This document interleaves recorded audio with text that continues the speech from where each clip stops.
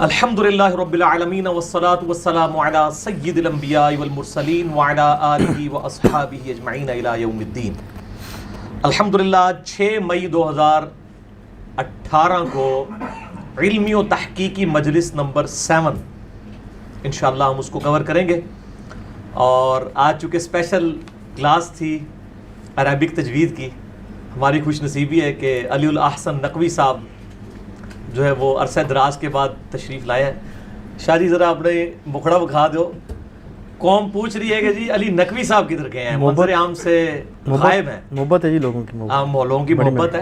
شاہ جی کی اصل میں اپنی کوئی ذاتی مصروفیات بھی تھیں، جس کی وجہ سے ظاہر ہے ادھر سے تقریباً 125 کلومیٹر ہے ان کا گھر، تو پھر یہ کہ آلموسٹ انہوں نے تمام کریٹیکل ٹاپکس میرے ساتھ 1 to 1 ڈسکشن میں، چاہے وہ بول ٹی وی سے ریلیٹڈ ہوں، چاہے وہ سنی شیعہ کنفلکٹ سے ریلیٹڈ ہوں، خواہ وہ علماء سے ریلیٹڈ ہوں، آلموسٹ انہوں نے ہر ایک ٹاپک ریکارڈ کروا دیا ہے اللہ کے فضل سے، اور بڑی ایمانداری کے ساتھ۔ بعض لوگوں نے ان کی شکایت بھی مجھے کی ہے، جی بڑی بدتمیزی سے بولتے ہیں، تو میں نے ان کو بتایا کہ ہم کسی کا برا نہیں مانتے، بیسیکلی یہ وہ شکوہ کر رہے ہوتے ہیں آن دا بہاف آف امہ۔ جیسے ڈاکٹر اقبال کی جو شکوہ میں لینگویج تھی، اس پہ علماء نے اعتراض کیا کہ جی بڑی سخت لینگویج ہے، وہ ڈاکٹر اقبال کی لینگویج نہیں تھی، جو لوگ سوچتے تھے کہ یا اللہ ہمارے ساتھ کیا ہوا، ہم تو اتنی اونچی امت تھے، آج ہم پستی میں گر گئے۔ تو ڈاکٹر اقبال نے ان کے وسوسوں کو پہلے شکوہ میں بیان کیا، پھر جواب شکوہ میں اللہ تعالیٰ کی طرف سے انہوں نے جواب دیے الحمدللہ۔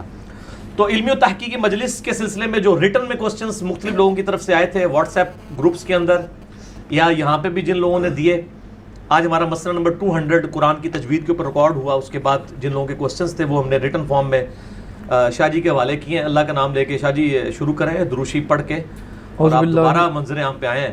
اعوذ باللہ من الشیطان الرجیم، بسم اللہ الرحمن الرحیم۔ اللہم صلی علی محمد وعلی آل محمد کما صلیت علی ابراہیم وعلی آل ابراہیم انک حمید مجید۔ اللہم بارک علی محمد وعلی آل محمد کما بارکت علی ابراہیم وعلی آل ابراہیم انک حمید مجید۔ بسم اللہ الرحمن الرحیم۔ آغاز کیا جائے؟ ہاں جی کریں، کوئی سپاس نہ مانی، ڈائریکٹ سوال کرو۔ ٹھیک ہے جی۔ پہلا سوال بڑا کریٹیکل علی بھائی آیا ہوا ہے، کسی بھائی نے بھیجا ہے کہ رفع یدین جو ہے اس پر دونوں طرف بڑے مضبوط دلائل دیے جاتے ہیں، اور یہ ایشو شروع دن سے ڈیبیٹیبل رہا ہے، تو بعض لوگ تو یہاں تک کہتے ہیں کہ اس پر تابعین کے دور سے اختلاف ہے، تو اس سے پہلے استخارہ نہ کر لیا جائے کہ اس کو کیا جائے، بجائے اس کے ہم دلائل میں پڑھیں؟ سمجھ آئی نا؟ ٹھیک ہے جی، استخارہ تو رفع الیدین پہ کر لیا جائے۔ جن لوگوں نے رفع الیدین استخارہ کر کے شروع کیا ہے، کیا رفع الیدین نہ کرنے والوں کو ان کا رفع الیدین استخارے کے بعد ہضم ہو جائے گا؟ کبھی بھی نہیں ہوگا۔ استخارہ دنیاوی معاملات میں ہوتا ہے، قرآن و سنت میں جن چیزوں کے دلائل موجود ہیں ان پہ استخارہ نہیں کرنا۔ میں آپ کو علم الکلام پھکی والا الزامی جواب دیتا ہوں، اینٹی وینم۔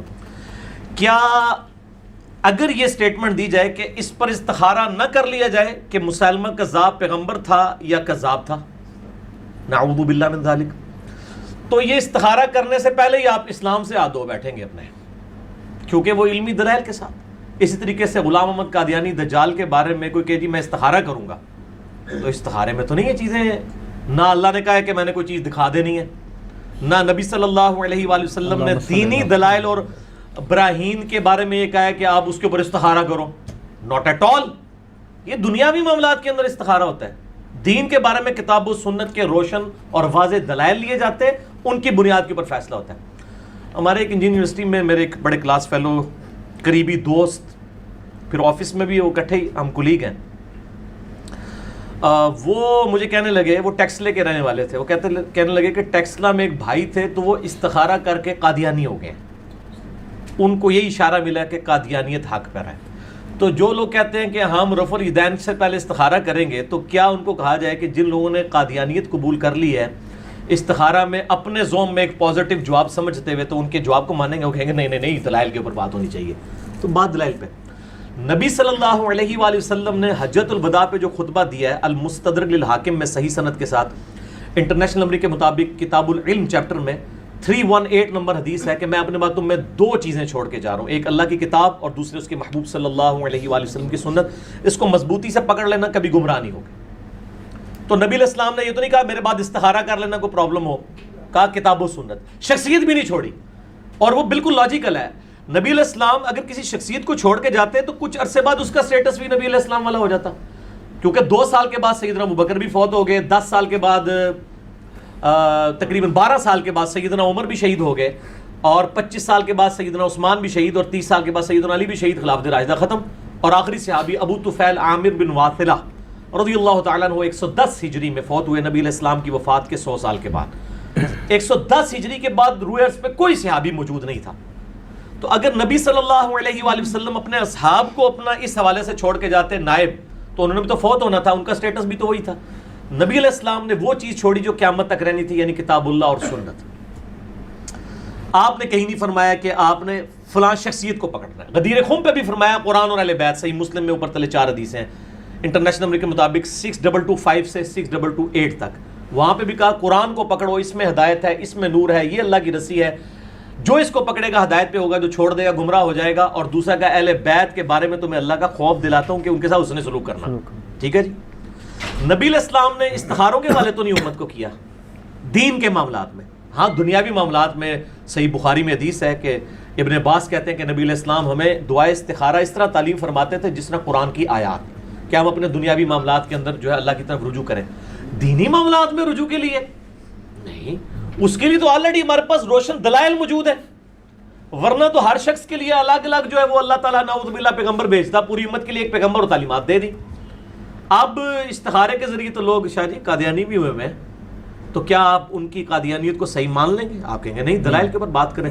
رفع الیدین کے بارے میں ان کو کیوں اتنی چڑ ہے؟ رفع الیدین پہ میرا ڈیٹیل لیکچر ہے مسئلہ نمبر 70B. رفع الیدین سے متعلق فرقہ وارانہ نظریات کا تحقیقی جائزہ. ان کے 8 جھوٹے بہانے جو ترتیب سے ہیں کہ جی وفات تک ثابت کریں، خلفائے راشدین سے ثابت کریں، وہ گھوڑوں کی دموں والی حدیث، وہ بت رکھ کے آتے تھے، یہ ساری چیزیں میں نے 8 پوائنٹس کی شکل میں انٹلیکچوئل ترتیب کے ساتھ ایک ایک پوائنٹ کا جواب دیا. آج ہی اگر کوئی چھوڑ دے تو ہوتی ہے کہ نہیں ہوتی؟ ٹھیک ہے نا جی. نہ کرے تو کیا ہوگا؟ گناہ ہے. یہ ساری چیزیں میں نے جواب دی ہیں. اب رہا یہ والا مسئلہ استخارہ والا، تو ہم کہتے ہیں ٹھیک ہے آپ کے استخارے کو تو کسی نے نہیں ماننا، ہم آپ کو جینون چیز اگر دکھا دیں حدیث کی کتابوں سے کہ نبی صلی اللہ علیہ وآلہ وسلم نے خواب میں آ کے رفع الیدین تعلیم فرمایا ہے، شاید پھر تو مان جانا چاہیے نا. بالکل. وہ خواب کسی بریلوی دیوبندی اہل حدیث شیعہ کے علماء کا نہیں ہے، ہمارے اماموں کی کتابوں میں اماموں کا خواب ہے. کیوں نہیں مانیں گے پھر؟ تو کہتے ہیں نا جی بخاری مسلم میں حدیث ہے میری شکل میں شیطان نہیں آ سکتا. یہ سارے معاملہ بالکل ٹھیک ہے. میرا خواب میں دیدار مصطفیٰ صلی اللہ علیہ وآلہ وسلم کی حقیقت لاکھوں لوگ یوٹیوب پہ دیکھ چکے ہیں. اس سے زیادہ کوئی کلپ نہیں دیکھا گیا اس ٹاپک پہ کسی اور کا. اس میں نے یہ ساری باتیں حدیث کی کتابوں سے خواب بتائے ہیں کہ بھی صحابہ، تابعین، تبع تابعین، اس کے بعد کے لوگوں کو بھی نبی صلی اللہ علیہ وآلہ وسلم کی خواب میں زیارت ہوئی ہے. ہم حدیث کی کتاب سے خواب دکھاتے ہیں. استخارہ سے بھی اگلی چیز، استخارے کا تو پتہ نہیں جواب آئے نہ آئے. کئی بار وہ کہتے ہیں لال رنگ نظر آئے گا، سبز رنگ، اس طرح کوئی چیز نہیں. وہ صرف ایک دل ٹھوک جائے گا آپ کا. بخاری میں آپ کتاب الدعوات چیپٹر میں اور مشکات میں بھی نفلی نماز والے چیپٹر میں استخارہ کی دعا نکال لیں. اس میں سمپل یہ ہے کہ اللہ اگر یہ میرے لیے دنیا آخرت اور معیشت کے اعتبار سے بہتر چیز ہے تو میرے لیے اس کو کر دے اور مجھے اس پہ راضی کر دے، اور اگر بہتر نہیں اس کو مجھ سے دور کر دے، مجھے اس سے دور کر دے. Simple is that. تو اگر ہم حدیث کی کتابوں سے کوئی خواب دکھا دیں شاہ جی جو نبی صلی اللہ علیہ وآلہ وسلم نے خود خواب میں آ کے رفع الیدین تعلیم کیا ہو، اور کسی ایسے بندے کو کیا ہو جو پہلے رفع الیدین نہیں کرتا تھا، پھر پیچھے گنجائش رہ جائے گی. تو خوابوں والی جتنی سرکاریں ہیں پھر ہم ان کو کہیں گے سرکار آ جاؤ میدان وچ. میرے بھائی حدیث کی اہل سنت کی چند بڑی کتابوں میں سے ایک کتاب ہے سنن دارقطنی. امام علی بن عمر، ابو الحسن علی بن عمر الدارقطنی، المتوفى 385 ہجری، 4 صدی ہجری کے اندر اہل سنت کے بڑے ائمہ میں سے ہیں. اور حدیث کی فیلڈ میں، اسماء و رجال کی فیلڈ میں جو ناقدین محدثین سمجھے جاتے ہیں نا، جنہوں نے بخاری اور مسلم کے اوپر بھی نقد کیا ہے اور پورا اس کے اوپر یعنی انالیسس کر کے انہوں نے ان کی احادیث کے اوپر حکم لگائے، ان میں سے ایک یہ بھی ہے. ہاں جی جناب شاہ جی اگر وہ آپ کو خواب دکھا دیا جائے حدیث کی کتاب سے تو کسی استخارے کی ضرورت نہیں رہے گی. امام ابو الحسن علی بن عمر الدارقطنی المتوفا 385 ہجری نے کتاب لکھی ہے سنن دارقطنی. 4898 احادیث کا مجموعہ ہے, آلموسٹ 5000. اس میں انہوں نے باقاعدہ نماز کے چیپٹر میں ایک رفع الیدین والا چیپٹر باندھا ہے, جس میں انہوں نے باقاعدہ ایک خواب لکھا ہے نبی صلی اللہ علیہ وآلہ وسلم کے ریفرنس سے.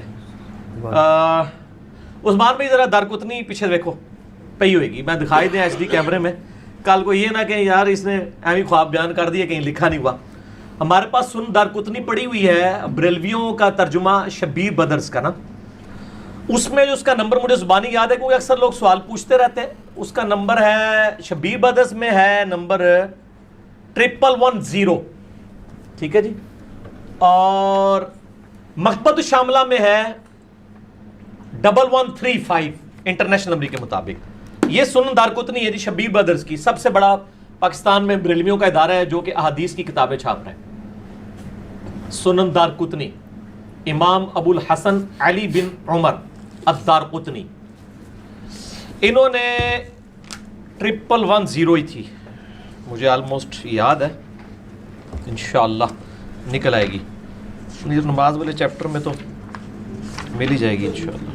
1110, ہاں جی, لو جی, پہلے تو یہ والے آخری اس کی عربی کور کرنی ہے, پھر اوپر سے دوسرے پیج کی اردو, اس کی عربی آخری والے کی 1110 حدیث کا نمبر ہے.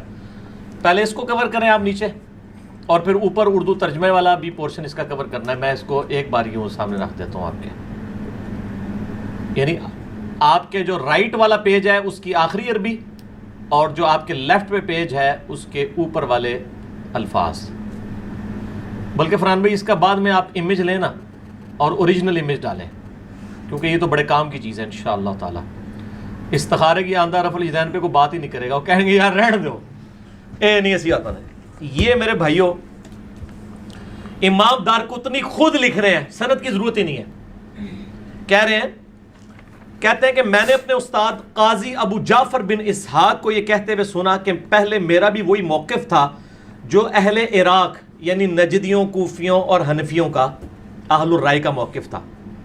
کیا کہ میں رفع الیدین نہیں کرتا تھا, لیکن پھر میں نے خواب میں نبی اکرم صلی اللہ علیہ وآلہ وسلم کو نماز ادا کرتے ہوئے دیکھا. آپ صلی اللہ علیہ وآلہ وسلم اگر امت کو خواب میں آ کے کوئی بات ارشاد فرما رہے ہیں تو وہی بات ارشاد فرمائیں گے جو فائنل ہے آپ کی.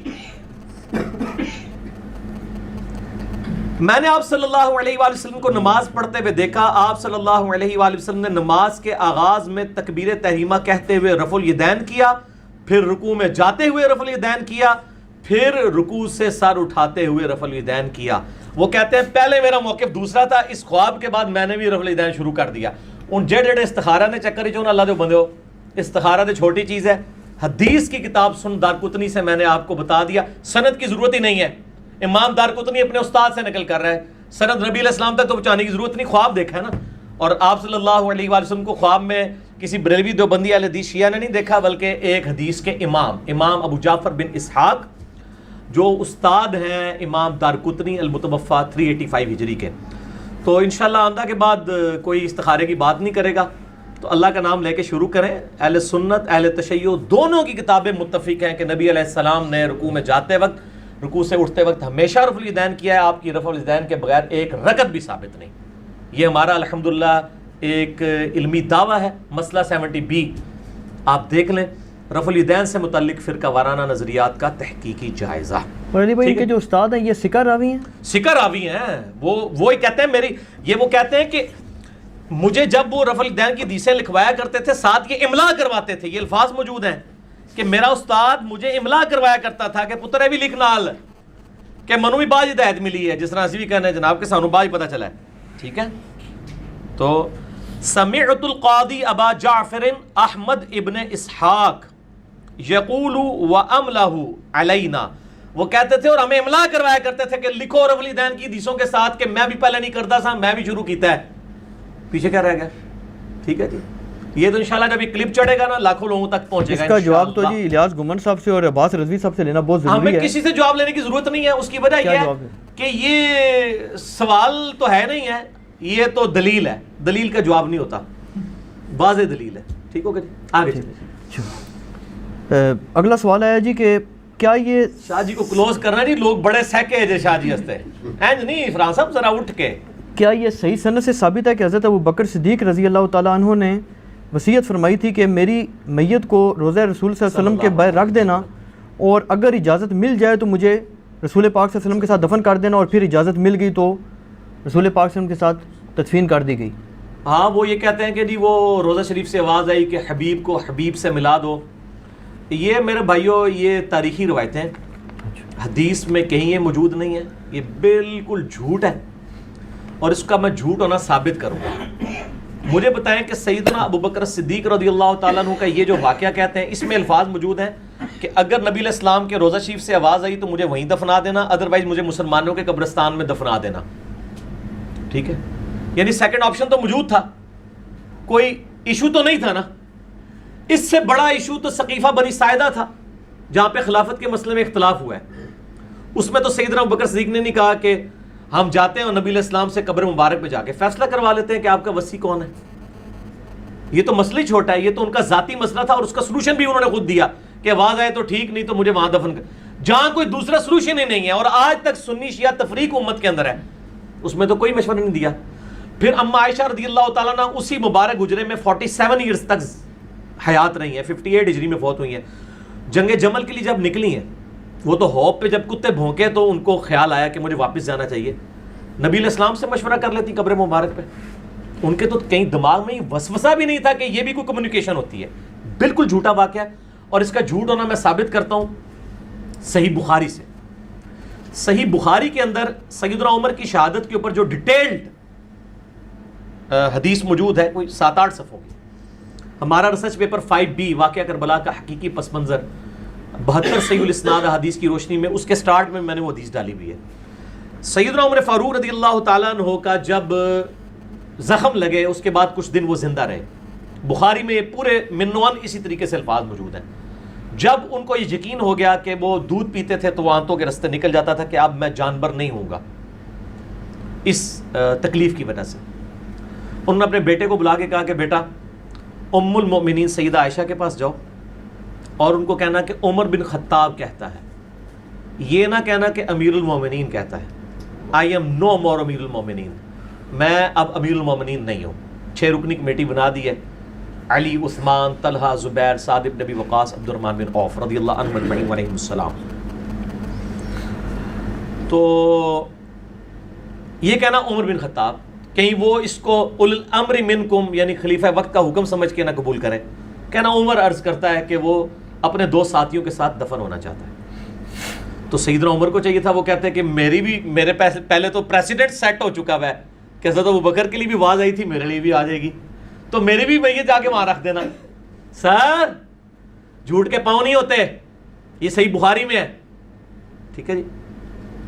تو خیر ان کو وہ یہ 5B ریسرچ پیپر دے, میں ان کو حدیث کا نمبر بھی بتا دوں, پیچھے سے لا کے 5B دے, اٹھے جی 5B اتنے پڑے میں پیچھے یہ پڑا ہے, بلکہ یہ 5B میں میں یہ نہ کہ نمبر ہی کوئی نہیں ہے, میں نمبر ہی دس دے میں انہوں.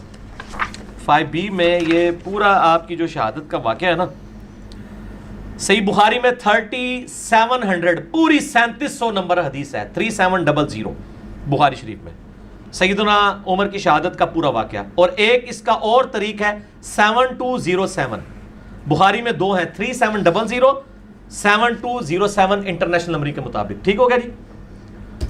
اب سیدنا عمر کی جب وہ وہاں پہ جا کے خواہش کا اظہار کیا گیا تو سیدہ عائشہ نے کہا میں نے وہ جگہ اپنے لیے رکھی ہوئی تھی, آج میں عمر کو اپنے پہ ترجیح دیتی ہوں.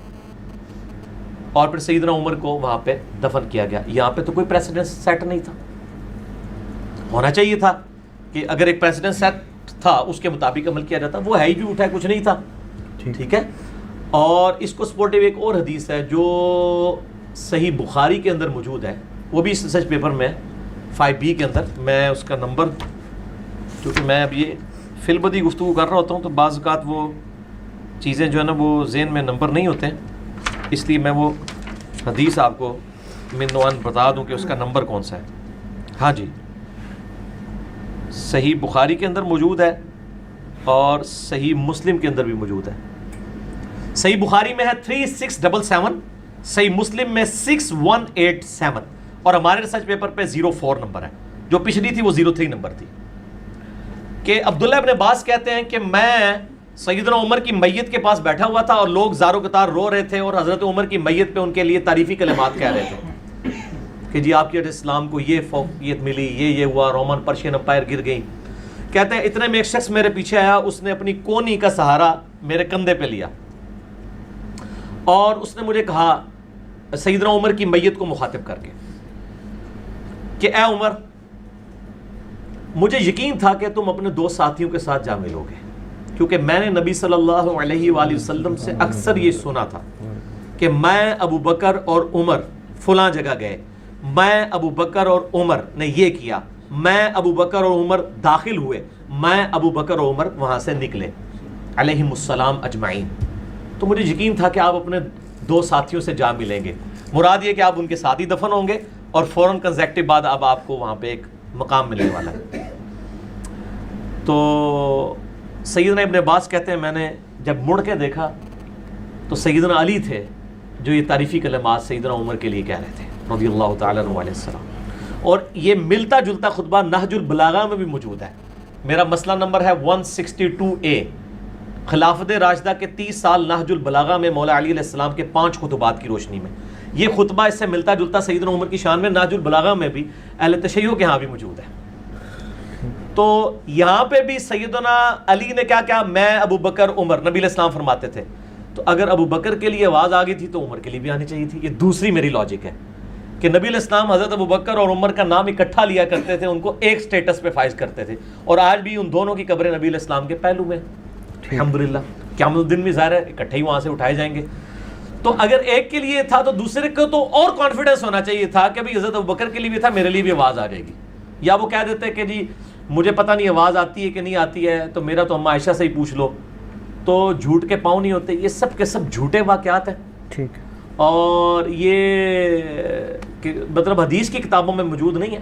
یہ خصائص الکبریٰ ایک کتاب ہے، اس کے اندر یعنی نقل کیا گیا ہے. اور ہم تو پہلے ہی کہتے ہیں کہ یہ اس طرح کی کتابوں نے جو ہے نا امت کے عقائد خراب کیے. ٹھیک ہے. اگلا سوال ہے جی، یہ جس نے بھیجا ہے وہ اس نے سنا ہوگا یقیناً کہ جو ہندو قسم کے لوگ ہیں نا یا مولدین وغیرہ، اچھا، وہ یہ اعتراضات کرتے ہیں کہ یار آپ مسلمان دوسروں کو مشرک کہہ دیتے ہیں، بالخصوص ہندوؤں کو، جبکہ کام آپ کے بھی سارے فزیکلی دیکھنے میں تو ویسے ہی ہیں.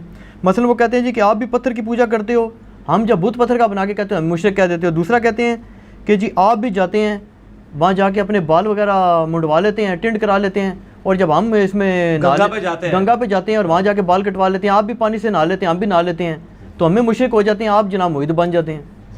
اس میں کیا فرق ہے؟ جی سوال تو ان کا لاجیکل ہے. فرحان بھائی یہ ساتھ ہیڈ فون بھی تھوڑی دیر بعد لگاتے رہیں جب آپ ادھر ادھر کرتے ہیں کہ یہ آواز مس نہ ہو جائے. ٹھیک ہو گیا.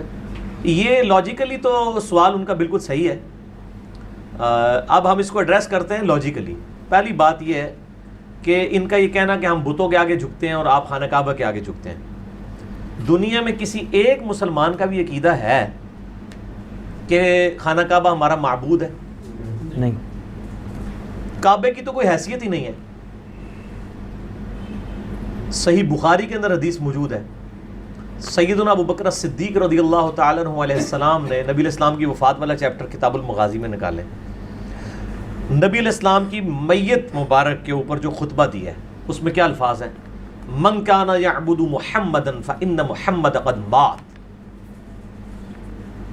جو کوئی محمد صلی اللہ علیہ وآلہ وسلم کی عبادت کرتا تھا وہ جان لے کہ محمد صلی اللہ علیہ وآلہ وسلم فوت ہو چکے ہیں. من کان یعبد اللہ فإن اللہ حی لا یموت. اور جو کوئی اللہ کی عبادت کرتا ہے وہ جان لے کہ اللہ تعالیٰ زندہ ہے، اسے کبھی موت نہیں آئے گی. شاہ جی کیا نبی علیہ السلام کی کوئی عبادت کرتا تھا اس زمانے میں؟ نہیں کرتا. تو سیدنا ابو بکر نے یہ فرضی خطبہ کیوں دیا ہے؟ توحید کو اسٹیبلش کرنے کے لیے، کیونکہ اس سے پہلے ایک بہت بڑا واقعہ ہو چکا ہوا تھا جو آج تک ہم بھگت رہے ہیں کہ آج دنیا میں 2.25 ارب انسانوں نے حضرت عیسیٰ علیہ السلام کے نام کے اوپر شرک کھڑا کیا ہوا ہے. تو حضرت عیسیٰ علیہ السلام کے نام پہ ان کا قصور نہیں ہے. کہیں ایسا نہ ہو کہ عیسیٰ علیہ السلام کے بعد نبی علیہ السلام کی امت بھی ان کے ساتھ وہی کام نہ شروع کر دے. جو صحیح بخاری میں حدیث ہے، دیکھنا میری شان کو اس طرح بلند نہ کرنا جیسے عیسائیوں نے حضرت عیسیٰ علیہ السلام کو ڈیوینٹی میں کلیم کر دیا. میں اللہ کا بندہ اور اس کا رسول ہوں، مجھے اللہ کا بندہ اور اس کا رسول کہنا. نبی علیہ السلام اپنی امت کو سمجھا رہے تھے اور سیدنا ابو بکر نے تو حق ادا کر دیا. یعنی ایک فرضی بات کر دی کہ اگر کوئی کرتا تھا جان لے, اب چھوڑ دے کہ نبی علیہ السلام فوت ہو چکے ہیں. جو فوت ہو جائے, جسے موت آ جائے, اس کی عبادت نہیں ہو سکتی. اللہ زندہ ہے, اس کو موت نہیں آئے گی. تو نبی علیہ السلام کے بارے میں ڈیوینٹی نہیں کلیم کی امت نے. رہا کعبہ, تو مسند احمد میں صحیح سند کے ساتھ حدیث موجود ہے کہ نبی علیہ السلام نے خانہ کعبے کو مخاطب کر کے کہا کہ اے کعبۃ اللہ, تیری بڑی عزت ہے, لیکن اللہ کے نزدیک ایک مسلمان کا دل دکھانا اس سے زیادہ بڑا جرم ہے کہ کوئی شخص کعبے کی اینٹ سے اینٹ بجا دے. وہ چھوٹا جرم ہے. یعنی نبی علیہ السلام کہہ رہے ہیں کہ کعبے کو توڑ دینا, تباہ و برباد کر دینا, یہ چھوٹا جرم ہے. مسلمان کا دل دکھانا بڑا جرم ہے. کیا کوئی ہندو یہ سٹیٹمنٹ دے گا کہ ہمارے بتوں کو توڑنا یہ چھوٹا جرم ہے اور ہندو کا دل دکھانا بڑا ہے؟ وہ تو اس کو معبود کے بت مان رہے ہیں. تو اگر مسلمانوں کو یہ تعلیم دی جاتی, پھر ہر سال 2 دفعہ غلاف کعبہ چینج ہوتا ہے. میرا ایک دفعہ محرم میں ہوتا ہے اور ایک دفعہ رمضان شریف میں, اور وہ خانہ کعبے کے اوپر چڑھے ہوئے ہوتے ہیں غلاف کعبہ چینج کرنے والے لوگ. ٹھیک ہے جی, تو کیا ہندو اپنے بتوں کے اوپر چڑھیں گے, ان کو اپنے پاؤں کے نیچے رون دیں گے؟ مسلمان تو روند رہے ہوتے ہیں. یہی پوری دنیا کو میسج دے رہے ہوتے ہیں کہ یہ ہمارا معبود نہیں ہے, یہ بھی پتھر ہے. پھر بخاری اور مسلم میں حدیث ہے, سیدنا عمر نے کعبے کی تو چلے, کعبہ تو حجاج بن یوسف نے بنایا ہوا ہے نا, پتھر تو حجاج بن یوسف کے ہیں جو آخری تعمیر ہوئی ہے. خانہ کعبے میں صرف ایک پتھر ہے جو متبرک ہے, آسمان سے اتارا گیا یاقوت ہے, جو جامعہ ترمذی میں حدیث ہے, وہ ہے حجر اسود جی. باقی سارے دنیا کے پتھر ہیں, وہ جنت کا پتھر ہے. اسی لیے چومنا بھی صرف اس کو ہوتا ہے اور کسی پتھر کو چومنا نہیں ہوتا. تو جنتی پتھر جو اس میں نصب ہے حجر اسود, اس کے بارے میں بخاری مسلم میں حدیث ہے, سیدنا عمر طواف کعبہ کے دوران اس کے پاس آئے اور کہا ہے حجر اسود تو ایک پتھر ہی ہے, نہ کسی کو نفع دے سکتا ہے نہ نقصان. کیا ہندو اپنے بتوں کہتے ہیں پتھر ہی ہو, تسی کیا کر سکتے ہو؟ اگر یہ وہ کہنا شروع کر دیں تو ہمارے والی ڈاکٹرائن پہ عمل کریں گے نا. باقی کعبے کے پتھروں کی تو کوئی حیثیت ہی نہیں ہے. حجر اسود کو سیدنا عمر بخاری مسلم دونوں میں کہہ رہے ہیں تو ایک پتھر ہے, نہ نفع دے سکتا ہے نقصان. اگر میں نبی علیہ السلام کو چومتے ہوئے نہ دیکھتا تو نہ چومتا. ایک چیز کلیئر کر دی, یہ نفع نقصان نہیں دے سکتا. چومنا ایک سنت ہے, جیسے قبلہ سمبل آف یونٹی ہے. جسٹ ہم قبلے کو سجدہ نہیں کر رہے ہوتے, قبلے کی طرف سجدہ کر رہے ہوتے ہیں, ٹھیک ہے, تاکہ مسلمانوں کا ایک سمبل آف یونٹی رہے, نہ کہ یہ کہ ہم اس کے آگے اس کو پتھر سمجھ کے تو اس کو سجدہ کر رہے ہوتے ہیں, نعوذ باللہ. ورنہ وہ تو قبلے کے جو اپنے پتھر ہیں وہ تو دنیاوی, اس میں جو سب سے متبرک پتھر ہے اس کا سٹیٹس حضرت عمر نے کلیئر کر دیا. باقی پتھر تو کس شمار میں ہے پھر, جب حجر اسود کا ہی ہے. اس میں ایک آگے کمزور روایت ہے المستدرک للحاکم میں کہ سیدنا علی ساتھ تھے, تو انہوں نے کہا کہ اے عمر یہ نفع بھی دیتا ہے اور نقصان بھی دیتا ہے, اہل ایمان کی گواہی دے گی. یہ جعلی روایت ہے کیونکہ اس میں ابو ہارون متروک راوی ہے, کذاب راوی ہے, وہ چھوٹا ہوا, یعنی محدثین نے اس کی حدیثیں چھوڑ دی تھی, اور یہ والا پورشن جو ہے صحیح نہیں ہے. پہلا پورشن ہی بخاری مسلم میں ہے, وہی صحیح ہے. ٹھیک ہو گیا جی. تو سیدنا عمر نے تو اپنا موقف بتا دیا. ٹھیک. اب آ جائیں گنگا پہ نہانے کا. گنگا کی سند کوئی کتابوں میں نازل نہیں ہوئی ہے, اور الہامی کتابوں کے اندر زمزم کی سند موجود ہے. زمزم کا ذکر تورات کے اندر بھی موجود ہے, آج بھی آپ اولڈ ٹیسٹمنٹ نکال کے دیکھ لیں, اور ہماری احادیث کے اندر بھی موجود ہے. اور باقی بال منڈوانا, یہ ساری چیزیں چلیں یہ چھوٹی ثانوی حیثیت ہے. اصل چیز ہے توحید کا مسئلہ, اور وہ یہ ہے کہ ہم خانہ کعبہ کو نہیں پوجتے. کوئی دنیا کا مسلمان خانہ کعبہ کو اپنا معبود نہیں سمجھتا. یہ بیسیکلی پروپیگنڈا 9ویں اور 10ویں صدی عیسوی کے اندر کرسچینٹی نے اسلام کے خلاف کیا تھا کہ یہ ایک بلیک سٹون ہے ریگستان میں جس کے یہ پجاری ہیں. آپ کو پتہ ہے یہ جب تک مسلمانوں کی دعوت گوروں تک صحیح طریقے سے نہیں پہنچی نا کتابوں کی شکل میں, تو انہوں نے اپنی پبلک کی مت اسی طریقے سے ماری ہوئی تھی. جیسے ہم قرآن و سنت سے بات کرتے ہیں نا تو کہتے ہیں یہ تو جناب وابی نے, ہم کہتے ہیں ہم نہ وابی نہ بابی. یہ کلپ میرا دیکھو, نہ میں وابی نہ میں بابی, ٹھیک ہے. جہاں وابی نے انہوں نے پوچھو تو تسی آپ بابی ہو, تسی آپس ہی اپنے معاملات طے کرو. اسی تو کتاب و سنت کے ماننے والے. تو ایک پروپیگنڈے کے لیے زہریلے الفاظ بولے. کرسچنز نے جب دیکھا صلیبی جنگیں تو وہ ہار رہے ہیں, انہوں نے مسلمانوں کے خلاف زہر گھولا کہ یہ تو بت پرست ہے, پیگن ہے, یہ اللہ کو نہیں مانتے. ٹھیک ہے, جو سانو کہتے ہیں اماموں کو نہیں مانتے, حالانکہ اماموں کو ہم ہی تو مانتے ہیں. آپ کے پاس تو یہ کتابیں پڑھی ہوئی ہیں, ہم تو پڑھی ہوئی بھی ہیں اور دکھاتے بھی ہیں. تو یہ پروپیگنڈا کیا, بلیک سٹون کو پوچھتے ہیں. پھر مسلمانوں نے کلیریفیکیشن دی. آپ دیکھیں اجماع, اور اجماع کی خوبصورتی دیکھیں, اور اسلام کی حقانیت کہ کسی تھکڑ سے تھکڑ مسلمان کو, میرے جیسے کو کھڑا کر کے پوچھیں تو وہ بھی کہے گا یار کعبے کو تو نہیں ہم پوچھتے, کعبہ تو یار پتھر ہے. اور کعبے کی ڈائریکشن بھی صرف فرض نماز میں, نفلی عبادت میں نبی علیہ السلام نے کعبے کی ڈائریکشن کا بھی اہتمام نہیں کیا, جس طرف سواری مڑ رہی تھی اس طرف کیا.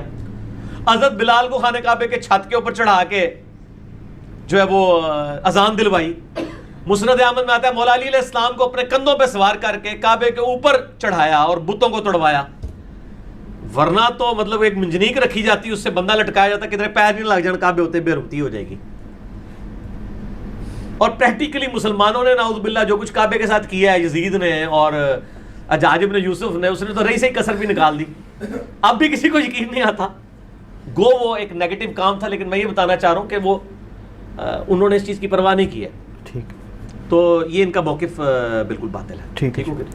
اچھا, جن قبروں وغیرہ پر شرک موجودہ دور میں ہو رہا ہے اور ان کے متعلق تواتر سے یہ بات, یعنی کہ جو ہمارے اس بالخصوص سب کانٹیننٹ میں کہی جاتی ہے کہ جی یہ بڑے جو ہیں مشہور اولیاء تھے اور بڑے یعنی اچھے لوگ تھے اور انہوں نے مسلمان کیا لوگوں کو ساروں کو, تو یہ آپ کیا سمجھتے ہیں کہ مطلب ہے آج کے لوگ جو کر رہے ہیں کیا اس کی ذمہ داری ان پر عائد ہوگی جو کہ 400 500 800 1000 سال پہلے دنیا سے جا چکے ہیں؟ دیکھیں جی, یہ جو 800 1000 سال پہلے جا چکے ہیں نا جی, ان سے پہلے تو ہمیں ان بزرگوں کو پکڑنا چاہیے جو 800 سال والوں سے بھی پہلے 500 سال پہلے گزر چکے ہیں. یہ صحابہ, تابعین, تبع تابعین, امام بخاری, امام مسلم, جن کی اتھینٹسٹی ہے دنیا میں, جن کی کتابیں مانی جاتی ہیں. آپ کے لوکل بزرگوں کو دنیا میں کہیں نہیں جانا جاتا. یعنی امام بخاری کا ہم نام لینا دنیا کے کسی کونے میں مسلمان کو پتا ہوگا, لیکن آپ اپنے کسی محلے کے, کسی گلی کے, کسی شہر کے بزرگ کا نام لینا دوسرے ملک میں تو نہیں جانتے ہوں گے. لہٰذا یہ سارے لوکلائزڈ لوگ ہیں, یعنی انٹرنیشنل لیول کے لوگ نہیں ہیں یہ. باقی رہا کہ ان کے عقائد کیا تھے, ہمیں اس کی ڈیٹیل میں جانے کی ضرورت نہیں. ان کی کتابیں جو ہم تک پہنچی ہیں وہ ٹیمپرڈ فارم میں بھی ہو سکتی ہیں, اس میں عقائد تو کتاب و سنت کے خلاف ہے. ان کے بارے میں ہم اس لیے حکم نہیں لگا سکتے, وہ ہمارے سامنے موجود نہیں ہے. عین ممکن نہیں ان کی کتاب ہی نہ ہو. کتنی گستاخانہ عبارتیں میں نے ہائی لائٹ کی ہیں مسئلہ 71B کے اندر, انڈیا اور پاکستان کے بزرگوں کی 19 گستاخانہ عبارات کا تحقیقی جائزہ. اگر ان کی یہ ضد ہے کہ یہ کتابیں ان کی ہیں تو یہ بڑا خطرناک معاملہ ہو جائے گا. ہمارا موقف یہ ہے کہ جو مر چکا ہے, اپنے انجام کو پہنچ چکا ہے, اچھا یا برا اللہ تعالیٰ کے سپرد. ہم کسی کے بارے میں کوئی نیگیٹو بات نہیں کرتے اور کسی کے بارے میں ایسی پازیٹیو بات بھی نہیں کرتے کہ کل کو ہمیں اللہ کے حضور جواب دے ہونا پڑے. ہم خاموشی اختیار کرتے ہیں. ہم آج کے دور کے لوگ جو عقائد لے کے آئیں گے ان کو کتاب و سنت کے اوپر پیش کریں گے. پرانے لوگوں کا معاملہ جو ہے نا وہ ان کے ساتھ رہنے دیں. آپ تعلیمات کو ڈسکس کریں کہ یہ تعلیم ہے.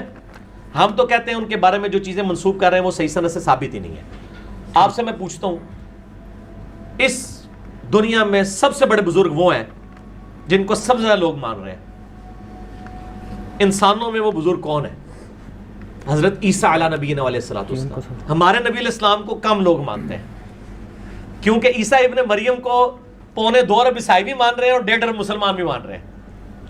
ان کے ماننے والے, ماننے سے مراد as a personality, as a prophet جو بھی ہے اس میں ٹیمپرڈ فارم ملا دبا. لیکن دنیا میں سب سے زیادہ شرک کس کے نام پہ کھڑا ہوا ہے؟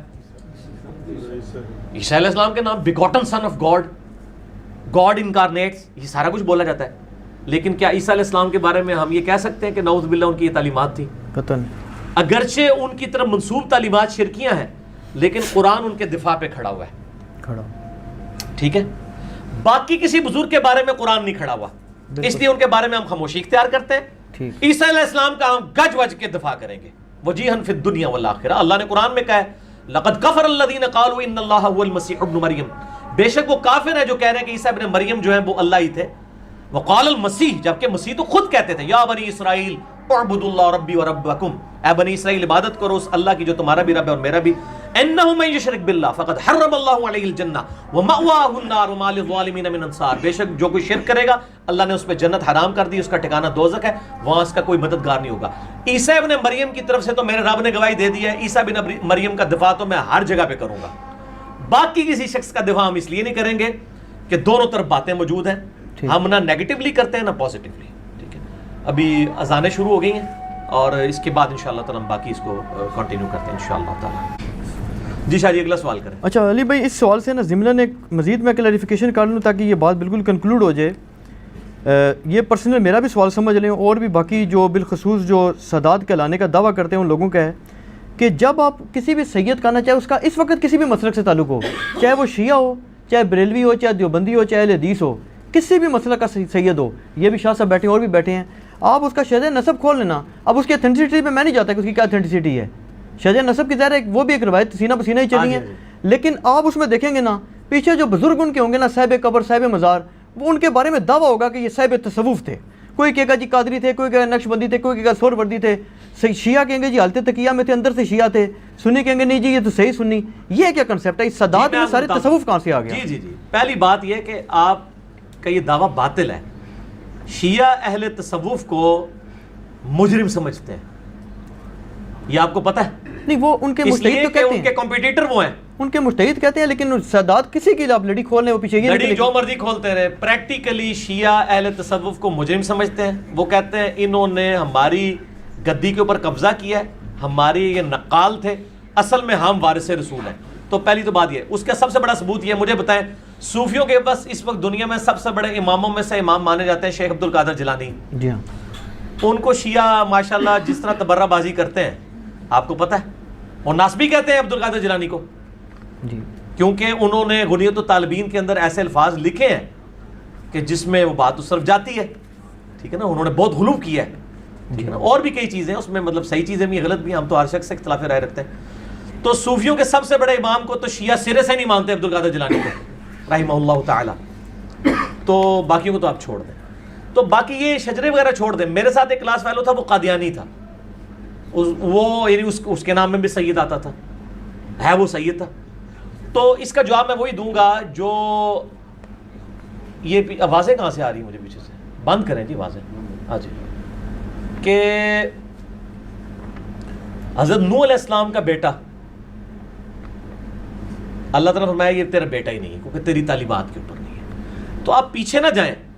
یہ کہتے ہیں پیچھے جاؤ. میں کہنا بہت پیچھے جایا کرو. تسی بشکار اڑ دے ہو، تسی پیچھے جاندے ہو 800-900 سال. ہم کہتے ہیں پورے 1400 سال پیچھے جاؤ، مولا علی حسن حسین تک جاؤ اور دکھاؤ حدیث کی کتابوں سے کہ مولا علی کس قبر سے مانگتے تھے اور مولا حسین کس صوفی سلسلے کے تھے. دکھائیں.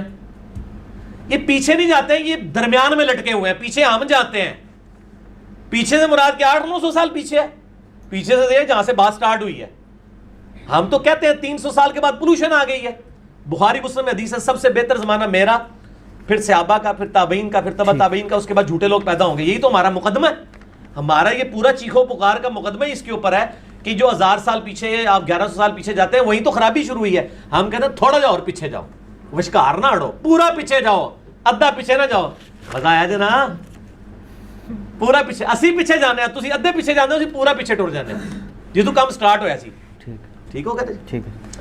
اچھا ایک سوال ہے جی کہ غیر مسلم ممالک میں جو مسلمان فوت ہو جائیں انہیں کیا کافروں کے قبرستانوں میں دفنایا جا سکتا ہے یا لازمی ان کو اپنے ممالک میں واپس بھیجا جائے گا؟ میرا خیال ہے واپس ان ممالک میں لانے میں بڑا تردد ہے. ایک 1.5-2 ہفتے تک لاش کی بے رغبتی ہوتی ہے اور فریزرز میں بھی رکھتے ہیں. بعض اوقات بیچ میں سے وہ چیزیں بھی ریموو کرتے ہیں.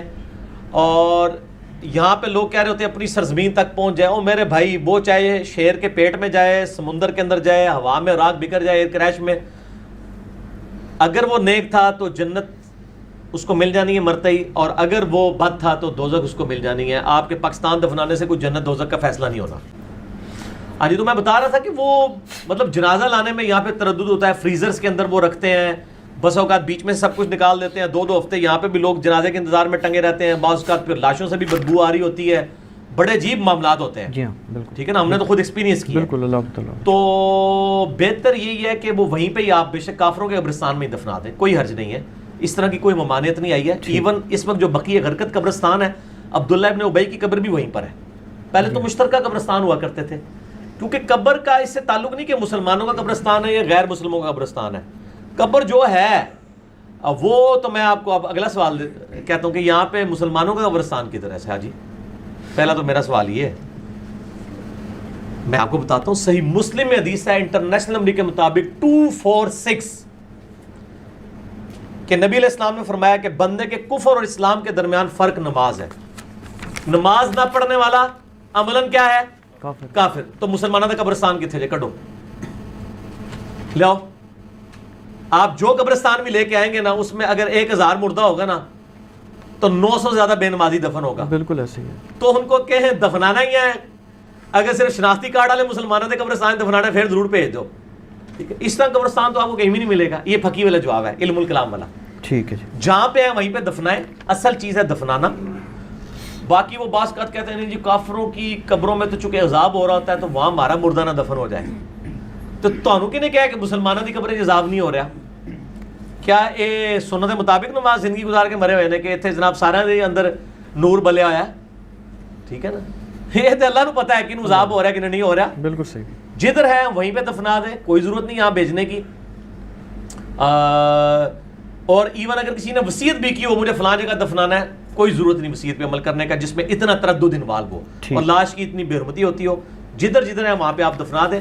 یہ لوگوں نے بڑی عجیب و غریب باتیں مشہور کی ہیں, کوئی دلیل نہیں اس کی. جہاں پہ چاہے مرضی دفنائیں, اس طرح کی کوئی مانیت نہیں. کیونکہ اسلام کے زمانے میں جو قبرستان تھے زمانہ جاہلیت کے لوگ بھی وہاں پر دفن تھے, دوسرے بھی وہاں پر دفن تھے. نبی علیہ السلام نے تو عبداللہ ابن ابی کا جنازہ پڑھایا ہے, بخاری مسلم میں آتا ہے, لعاب دان اس کے منہ میں رکھا ہے. جس کا جنازہ آپ نے پڑھایا تو کافروں کے قبرستان میں تو نہیں دفنایا, مسلمانوں کے قبرستان میں دفنایا, کیونکہ اس سے بڑا کام کر دیا ہے کہ وقت پیغمبر نے جنازہ پڑھا دیا ہے. ہاں یہ نبی علیہ السلام کہا کہ آندہ آپ نے کسی منافق کا جنازہ نہیں پڑھانا اور کسی منافق کی قبر پہ کھڑے نہیں ہونا. وہاں یہ کہا جا سکتا تھا کہ کسی منافق کو آندہ سے اپنے قبرستان میں نہیں دفنانا. سورہ توبہ میں یہ تو کوئی نہیں آیا, یہ بھی میری دلیل ہوگی. جہاں مرضی دفنائیں, کوئی مسئلہ نہیں, دفنانا ہونا چاہیے. ایک سوال ہے جی کہ کسی بھائی نے سنا ہوگا, کسی علامہ صاحب نے کہا ہے کہ ڈاکٹر اقبال صاحب کا جو شعر ہے کہ کی محمد صلی اللہ علیہ وسلم سے وفات ہونے تو ہم تیرے ہیں, یہ جہاں چیز ہے کیا لوگ قلم تیرے ہیں, انہوں نے کہا جی اس میں شرک ہے. ہاں یہ بعض اہل حدیث علماء کی طرف سے یہ اعتراض اٹھایا گیا تھا, ساروں کا نہیں میں کہتا. ڈاکٹر اقبال سے ہمیں بھی کئی معاملات میں اختلاف ہے. میرا تو پچھلی دفعہ کلپ چڑھا ہے, کود پڑا بے خطر کود پڑا آتش نمرود میں عشق, جی عقل ہے محو تماشا لب بام ابھی. اس میں نے ان سے اختلاف رائے کیا ہے اور علمی دلائل کے ساتھ کیا ہے. تو میں نے میرے بھائیوں علمی اختلاف ریکارڈ کروایا ہوا ہے, لیکن یہ جو شعر ہے نا اس کو سمجھنے میں تھوڑا سا فالٹ ہے. یہ شعر بالکل ٹھیک ہے کیونکہ یہ ڈاکٹر اقبال نے اپنی طرف سے بات نہیں کی ہے, یہ اللہ کے بہاف پہ بات کی ہے. کہ جواب شکوہ کا یہ آخری شعر ہے کہ محمد سے وفا تو نے تو ہم تیرے ہیں. یعنی اللہ تعالیٰ فرماتا ہے کہ اگر نبی علیہ السلام سے تم نے وفا کی تو اے نبی کی امت ہم تمہارے ہوں گے. یہ جہاں چیز ہے کیا لوح و قلم تیرے ہیں, یعنی یہ جہاں تو کوئی چیز ہی نہیں ہے. تقدیر پہ بھی فیصلے جو ہیں وہ تو تمہاری دعاؤں کے مطابق ہوں گے, خواہشات کی مطابق نہیں, یا تمہارے اشاروں سے نہیں ہوگا. چاہے تو اشاروں سے بدل دیں, یہ وہ اے جھوٹ ہے, دعا ہی کرنی ہے. اور وہ پریکٹیکلی ہوا ہے. صحابہ کرام نے رضوان نے نبی علیہ السلام سے وفا کی ہے نا, تو رومن اور پرشین امپائر گری ہے نا. ٹھیک ہے, تقدیر کے فیصلے ہوئے ہیں نا, کہ جبری جو مذہبی جبر تھا صدیوں کا وہ ٹوٹ گیا. صحیح مسلم میں حدیث ہے, سیدنا عمر کہتے ہیں کہ میں نے نبی علیہ السلام سے خود سنا کہ اللہ تعالیٰ اس قرآن کے ذریعے قوموں کو عروج دے گا اور اس کے ذریعے زوال. امت کے اس حصے میں زوال قرآن کی دوری کی وجہ سے ہے, اور ابتدائی حصے میں جو عروج ہے وہ اس قرآن کو پکڑنے کی وجہ سے. تو اس سے مراد یہ ہے, یعنی یہ نہیں ہے کہ وہ تقدیر وہ لکھنا شروع کر دے گا بندہ, نعوذ باللہ. اگر یہ کسی کا عقیدہ ہے تو وہ کفری عقیدہ ہے. اگر یہ عقیدہ ہے کہ اللہ تعالیٰ اس کی دعاؤں کو قبول کرے گا پھر بالکل ٹھیک ہے, اور ہمارا حسن ظن ہے کہ یہی ان کی نیت تھی. ٹھیک ہے, ٹھیک ہوگا, لہٰذا شعر ٹھیک ہے. شریف بھائی ایک اور کوشچن آیا ہوا ہے کہ ڈاکٹر اسرار احمد صاحب اور ڈاکٹر فرحت ہاشمی صاحبہ جو ہیں, یا ان کے علاوہ بھی جو دیگر حضرات ہیں جو بالخصوص قرآن پاک کی جو تفسیر وغیرہ اس دور میں کر رہے ہیں یا وفات بھی پائی ہے تو بھی ریسنٹلی, جن کو لوگ سنتے ہیں, ان کے متعلق آپ کی کیا رائے ہے کہ یہ لوگ مطلب کس حد تک اوتھینٹک ہیں, ان کو سننا چاہیے؟ اوتھینٹک اس حوالے سے تو دیکھیں, میری تو دنیا میں ہر عالم دین کے بارے میں یہ رائے ہے کہ جس کی بات کتاب و سنت کے مطابق ہو لے لو, نہ ہو تو چھوڑ دو. کلین چٹ تو ہم کسی بھی شخص کو روایتس پہ نہیں دیتے. وہ امام مالک کا قول ہے نا کہ نبی علیہ السلام کی قبر مبارک کی طرف اشارہ کر کے کہتے تھے اس صاحب قبر کے علاوہ کوئی دنیا میں ایسا شخص نہیں کہ جس سے اختلاف نہ ہو سکے, ٹھیک ہے, سوائے آپ صلی اللہ علیہ وآلہ وسلم کے. اور ان کی ہر بات مقبول ہے, کوئی بات مردود نہیں ہے. آپ کے علاوہ کوئی ایسا شخص نہیں جس کی کچھ نہ کچھ باتیں مردود نہ ہو. باقی ڈاکٹر اسرار صاحب کو میں اپنا مرشد مانتا ہوں. ان کے دفاع پہ اگر کوئی علمی کلپس ہیں تو وہ صرف میرے ہیں, اہل حدیث کے خلاف بھی اور اہل تشیع کے خلاف بھی. جو انہوں نے اعتراضات کیے تھے میں نے جوابات دیے ہیں. ڈاکٹر فرحت ہاشمی کو تو میں ون مین آرمی کہتا ہوں. اکیلی عورت نے اتنا بڑا کام کیا ہے عورتوں کے اندر بال اس میں میرا موقف یہ ہے کہ ان کے لیکچر صرف عورتوں کو سننے چاہیے، کیونکہ وہ جس طریقے سے گفتگو کرتی ہیں اس طریقے سے نبی علیہ السلام کی بیویوں کو بھی مردوں سے گفتگو کرنے سے منع کیا گیا ہے. تو یقیناً وہ مردوں کے لیے کر بھی نہیں رہی ہوتی ہیں، وہ عورتوں کے لیے کر رہی ہوتی ہیں. تو عورتیں ان کے لیکچر سنیں. اور ان کی مسجد میں کافی عرصہ میں مطلب جمعہ بھی پڑھتا رہا ہوں. ان کے جو ہسبینڈ ہیں ڈاکٹر زبیر ادریس، ان سے میری ملاقات بھی ہے، جینٹل مین ہیں. ہم تو ان کی دل سے قدر کرتے ہیں. میں تو کہتا ہوں مولانا مودودی رحمہ اللہ کہ میرا ایک تو کلپ چڑھا ہوا ہے مولانا مودودی کی 2 کرامات، ڈاکٹر اسرار اور ڈاکٹر فرحت ہاشمی. ڈاکٹر اسرار ان کی شاگرد، اور ڈاکٹر فرحت ہاشمی کے جو والد تھے وہ مولانا مودودی رحمہ اللہ تعالیٰ کی جماعت کے امیر تھے سرگودے کے، جماعت اسلامی کے. اچھا. انہوں نے اپنی بچی کی تربیت کی دیکھے نا. اور ڈاکٹر فرحت ہاشمی کا جو فائنل تھیسس ہے پی ایچ ڈی کا حدیث کی فیلڈ میں وہ ناصر البانی کے پاس ہے. ناصر البانی رحمہ اللہ تعالیٰ نے ان کو فائنل تھیسس کرایا ہوا ہے. ٹھیک ہے. اور یہ تو 90s میں ہی ایچ او ڈی بن چکی ہوئی تھی اسلامی یونیورسٹی کی، اسلامیات کی ڈپارٹمنٹ کی 90s میں. لیکن انہوں نے کہا ادھر فائدہ نہیں ہے. پھر انہوں نے لہٰذا اپنا سیٹ اپ بنا کے پوری دنیا تک قرآن کی آواز پہنچائیے. اور میں تو دل سے ان کی قدر کرتا ہوں. اور ان کے علاوہ کن کو سمجھتے ہیں آپ جو کوئی تفسیر وغیرہ اچھی بیان کر رہے ہیں اس دور میں؟ میرا خیال ہے یہ 2 بہتر ہیں. اور عربی لنگوسٹک کے پوائنٹ آف ویو سے آپ ڈاکٹر فرحت ہاشمی کو سن لیں. اچھا. اور قرآن کی جو انقلابی دعوت ہے وہ صرف ڈاکٹر اسرار صاحب نے پریزنٹ کی ہے. اور کتابی شکل میں مولانا مودودی کی تفہیم القرآن اور غامدی صاحب کے جو استاد ہیں امین احسن اصلاحی صاحب، ان کی تدبر القرآن جو ڈاکٹر اسرار صاحب کے بھی استاد ہیں. تو ڈاکٹر اسرار صاحب کی بیان القرآن جو ہے نا جی، وہ ڈاکٹر فرحت ہاشمی کی جو تفسیر ہے اس سے بہت بہتر ہے، کیونکہ قرآن کی انقلابی دعوت آپ کو نظر آتی ہے. ڈاکٹر فرحت ہاشمی نے تو لنگوسٹک کے اوپر زیادہ زور دے کے تو وہ سمجھانے کی کوشش کی ہے، لیکن قرآن کی جو انقلابی دعوت ہے وہ جس طرح ڈاکٹر اسرار نے پریزنٹ کی ہے وہ کسی نے بھی نہیں کی. میں تو ان دونوں کو مولانا مودودی رحمہ اللہ تعالیٰ کی زندہ کرامتیں سمجھتا ہوں. میرا یوٹیوب پہ کلپ ہزاروں لوگ دیکھ چکے ہیں. ڈاکٹر اسرار اور ڈاکٹر فرحت ہاشمی، مولانا مودودی کی 2 کرامات، تو میں ان کو یہ زندہ کرامات مانتا ہوں. ٹھیک ہے. اچھا، اگلا سوال ہے جی کہ حضرت امیر معاویہ رضی اللہ عنہ جو ہیں یہ کاتب وحی تھے اور یہ ثابت ہے چیز، تو اس پہ آپ نے جو موقف دیا ہے اس پہ کوئی اعتراض کیا ہے کسی بھائی نے؟ کوئی وضاحت نہیں ہوئی کہ کیا مطلب پوچھنا چاہ رہے ہیں. لیکن میرا موقف تو واضح ہے. ہم یہ کہتے ہیں کہ وہ کاتب وحی تھے لیکن کچھ اور بھی تھا ساتھ. وہ کیا تھا؟ وہ یوٹیوب پہ آپ جا کے میرا کلپ لکھیں، رپلائی ٹو ڈاکٹر اسرار رحمہ اللہ تعالیٰ آن کیا حضرت معاویہ رضی اللہ تعالیٰ عنہ کاتب وحی تھے. میرا تو کلپ سالوں پہلے چڑھ چکا ہے، کاتب وحی تھے. ٹھیک ہے. لیکن صرف یہ نہیں تھا، کچھ اور بھی اس کے ساتھ اٹیچ تھا کہ وہ کاتب وحی کس طرح بھرتی ہوئے اور پھر کیا معاملات ہوئے. وہ آپ میرا کلپ لاکھوں لوگ دیکھ چکے ہیں، وہ آپ دیکھیں. تو کاتب وحی سے تو کسی کا بھی انکار نہیں ہے. یہ مطلب جب ہم رفع الیدین کے اوپر بات کرتے ہیں تو ہمیں حنفی بھائی جو ہے نا وہ عبداللہ ابن مسعود کے فضائل سنانا شروع کر دیتے ہیں. بھئی عبداللہ ابن مسعود کے فضائل سے کسے انکار ہے؟ ہم کہہ رہے ہیں کہ رفع الیدین عبداللہ ابن مسعود سے ترک رفع الیدین ثابت نہیں، وہ روایت کمزور ہے. تو اس طریقے سے کاتب وحی سے تو میں انکار ہی نہیں ہے. ہمارا ایشو کچھ اور ہے جو ہماری ویڈیو میں ریکارڈڈ ہے. اور میرا ریسرچ پیپر واقعہ کربلا کا حقیقی پس منظر 72 صحیح الاسناد حدیث کی روشنی میں، جس میں 200 روایتیں اکثر بخاری اور مسلم سے، اس میں ہمارا موقف کاتب وحی کا میں نے ریٹن میں دیا ہوا ہے کہ کاتب وحی تھے لیکن اور بھی بہت کچھ تھا ساتھ. ٹھیک ہو جی. اچھا بھائی، اب تو یہ تھوڑے سے سمپلیفائڈ قسم کے کوشچن آ گئے ہیں جن پہ شاید اتنی تفصیل بھی نہ چاہیے ہو میرے خیال میں. ایک تو پہلا ہے جی کہ بلکہ اس میں ایک کوشچن تو ایسا جو کل ہی مجھے بھی کسی نے فون کیا تھا، موبائل سم پر جو لون لیا جاتا ہے اس میں جو پیسے وغیرہ لیے جاتے ہیں، ٹیکس بھی کاٹا جاتا ہے، کچھ کٹوتی وغیرہ اور بھی ہوتی ہے، کیا یہ سود ہے یا نہیں؟ یہ بڑا مشکل سوال ہے جی. اگر تو یہ سروسز کے اگینسٹ وہ پیسے لے رہے ہیں نا آپ سے ایکسٹرا، تو پھر تو سود کوئی نہیں ہے. اچھا جی. اور اگر آپ کو یہ وہ پینلٹی ڈال رہے ہیں ادھار لینے کی، پھر سود ہے. اب یہ کمپنی خود فیصلہ کرے گی. ٹھیک ہے. ٹھیک ہے. جس طرح کہ اے ٹی ایم کارڈ کے بھی ہم چارجز دیتے ہیں، ٹھیک ہے نا، تو یہ فیصلہ اس نیت کے اوپر ہوگا کہ جس نیت کے اوپر انہوں نے معاملات کو لانچ کیا ہوا ہے. باقی ہم آپ کو یہ مشورہ دیں گے جو مولا حسن علیہ السلام نے کہا، جامعہ ترمذی میں حدیث ہے کہ میں نے نبی علیہ السلام سے یہ بات سنی تھی کہ حسن جو چیز تجھے شک میں ڈال دے اس سے پیچھے آ جا. ٹھیک. تو اتنی کون سی تکلیف ہے کہ آپ ادھار منگوا لیں. وہ کہتے ہیں بہت کیٹاسٹرافک کنڈیشن ہو جاتی ہے تو اس میں تو بھائی خنزیر کھانا بھی جواز کی حد تک ایز اے لاسٹ ریزارٹ جائز ہو جاتا ہے، حلال نہیں جائز، کہ اس کے اوپر گرفت نہ ہو. تو وہ پھر اگر کوئی ایسی زندگی موت کی کشمکش بن گئی ہے کہ آپ کو کسی نے گھیر لیا اور آپ نے ادھار منگوا کے ہی بات کر رہی ہے تو پھر تو ٹھیک ہے. نہیں، وہ جو گھیرے گا کوئی ضرورت نہیں ہے ابھی خام جو گھیرے گا وہ پھر ادھار بھی نہیں منگانے دے گا. ہاں ادھار بھی لینے دے گا. صحیح گل ہے. اچھا، اس کے بعد اگلا سوال آ گیا جی انشورنس کا. یہ بڑا کرٹیکل کویسچن ہے کیونکہ اس میں بعض لوگ پھر یہ اعتراض کرتے ہیں، یعنی اسلام پر بھی بعض اوقات اعتراض تک پہنچ جاتے ہیں لوگ کہ یار یہ ایک شخص کی مر جاتا ہے، اس کے پیچھے بیوی بچے تباہ برباد ہو جائیں، تو اس میں آخر کیا اسلام کو اعتراض ہے انشورنس میں؟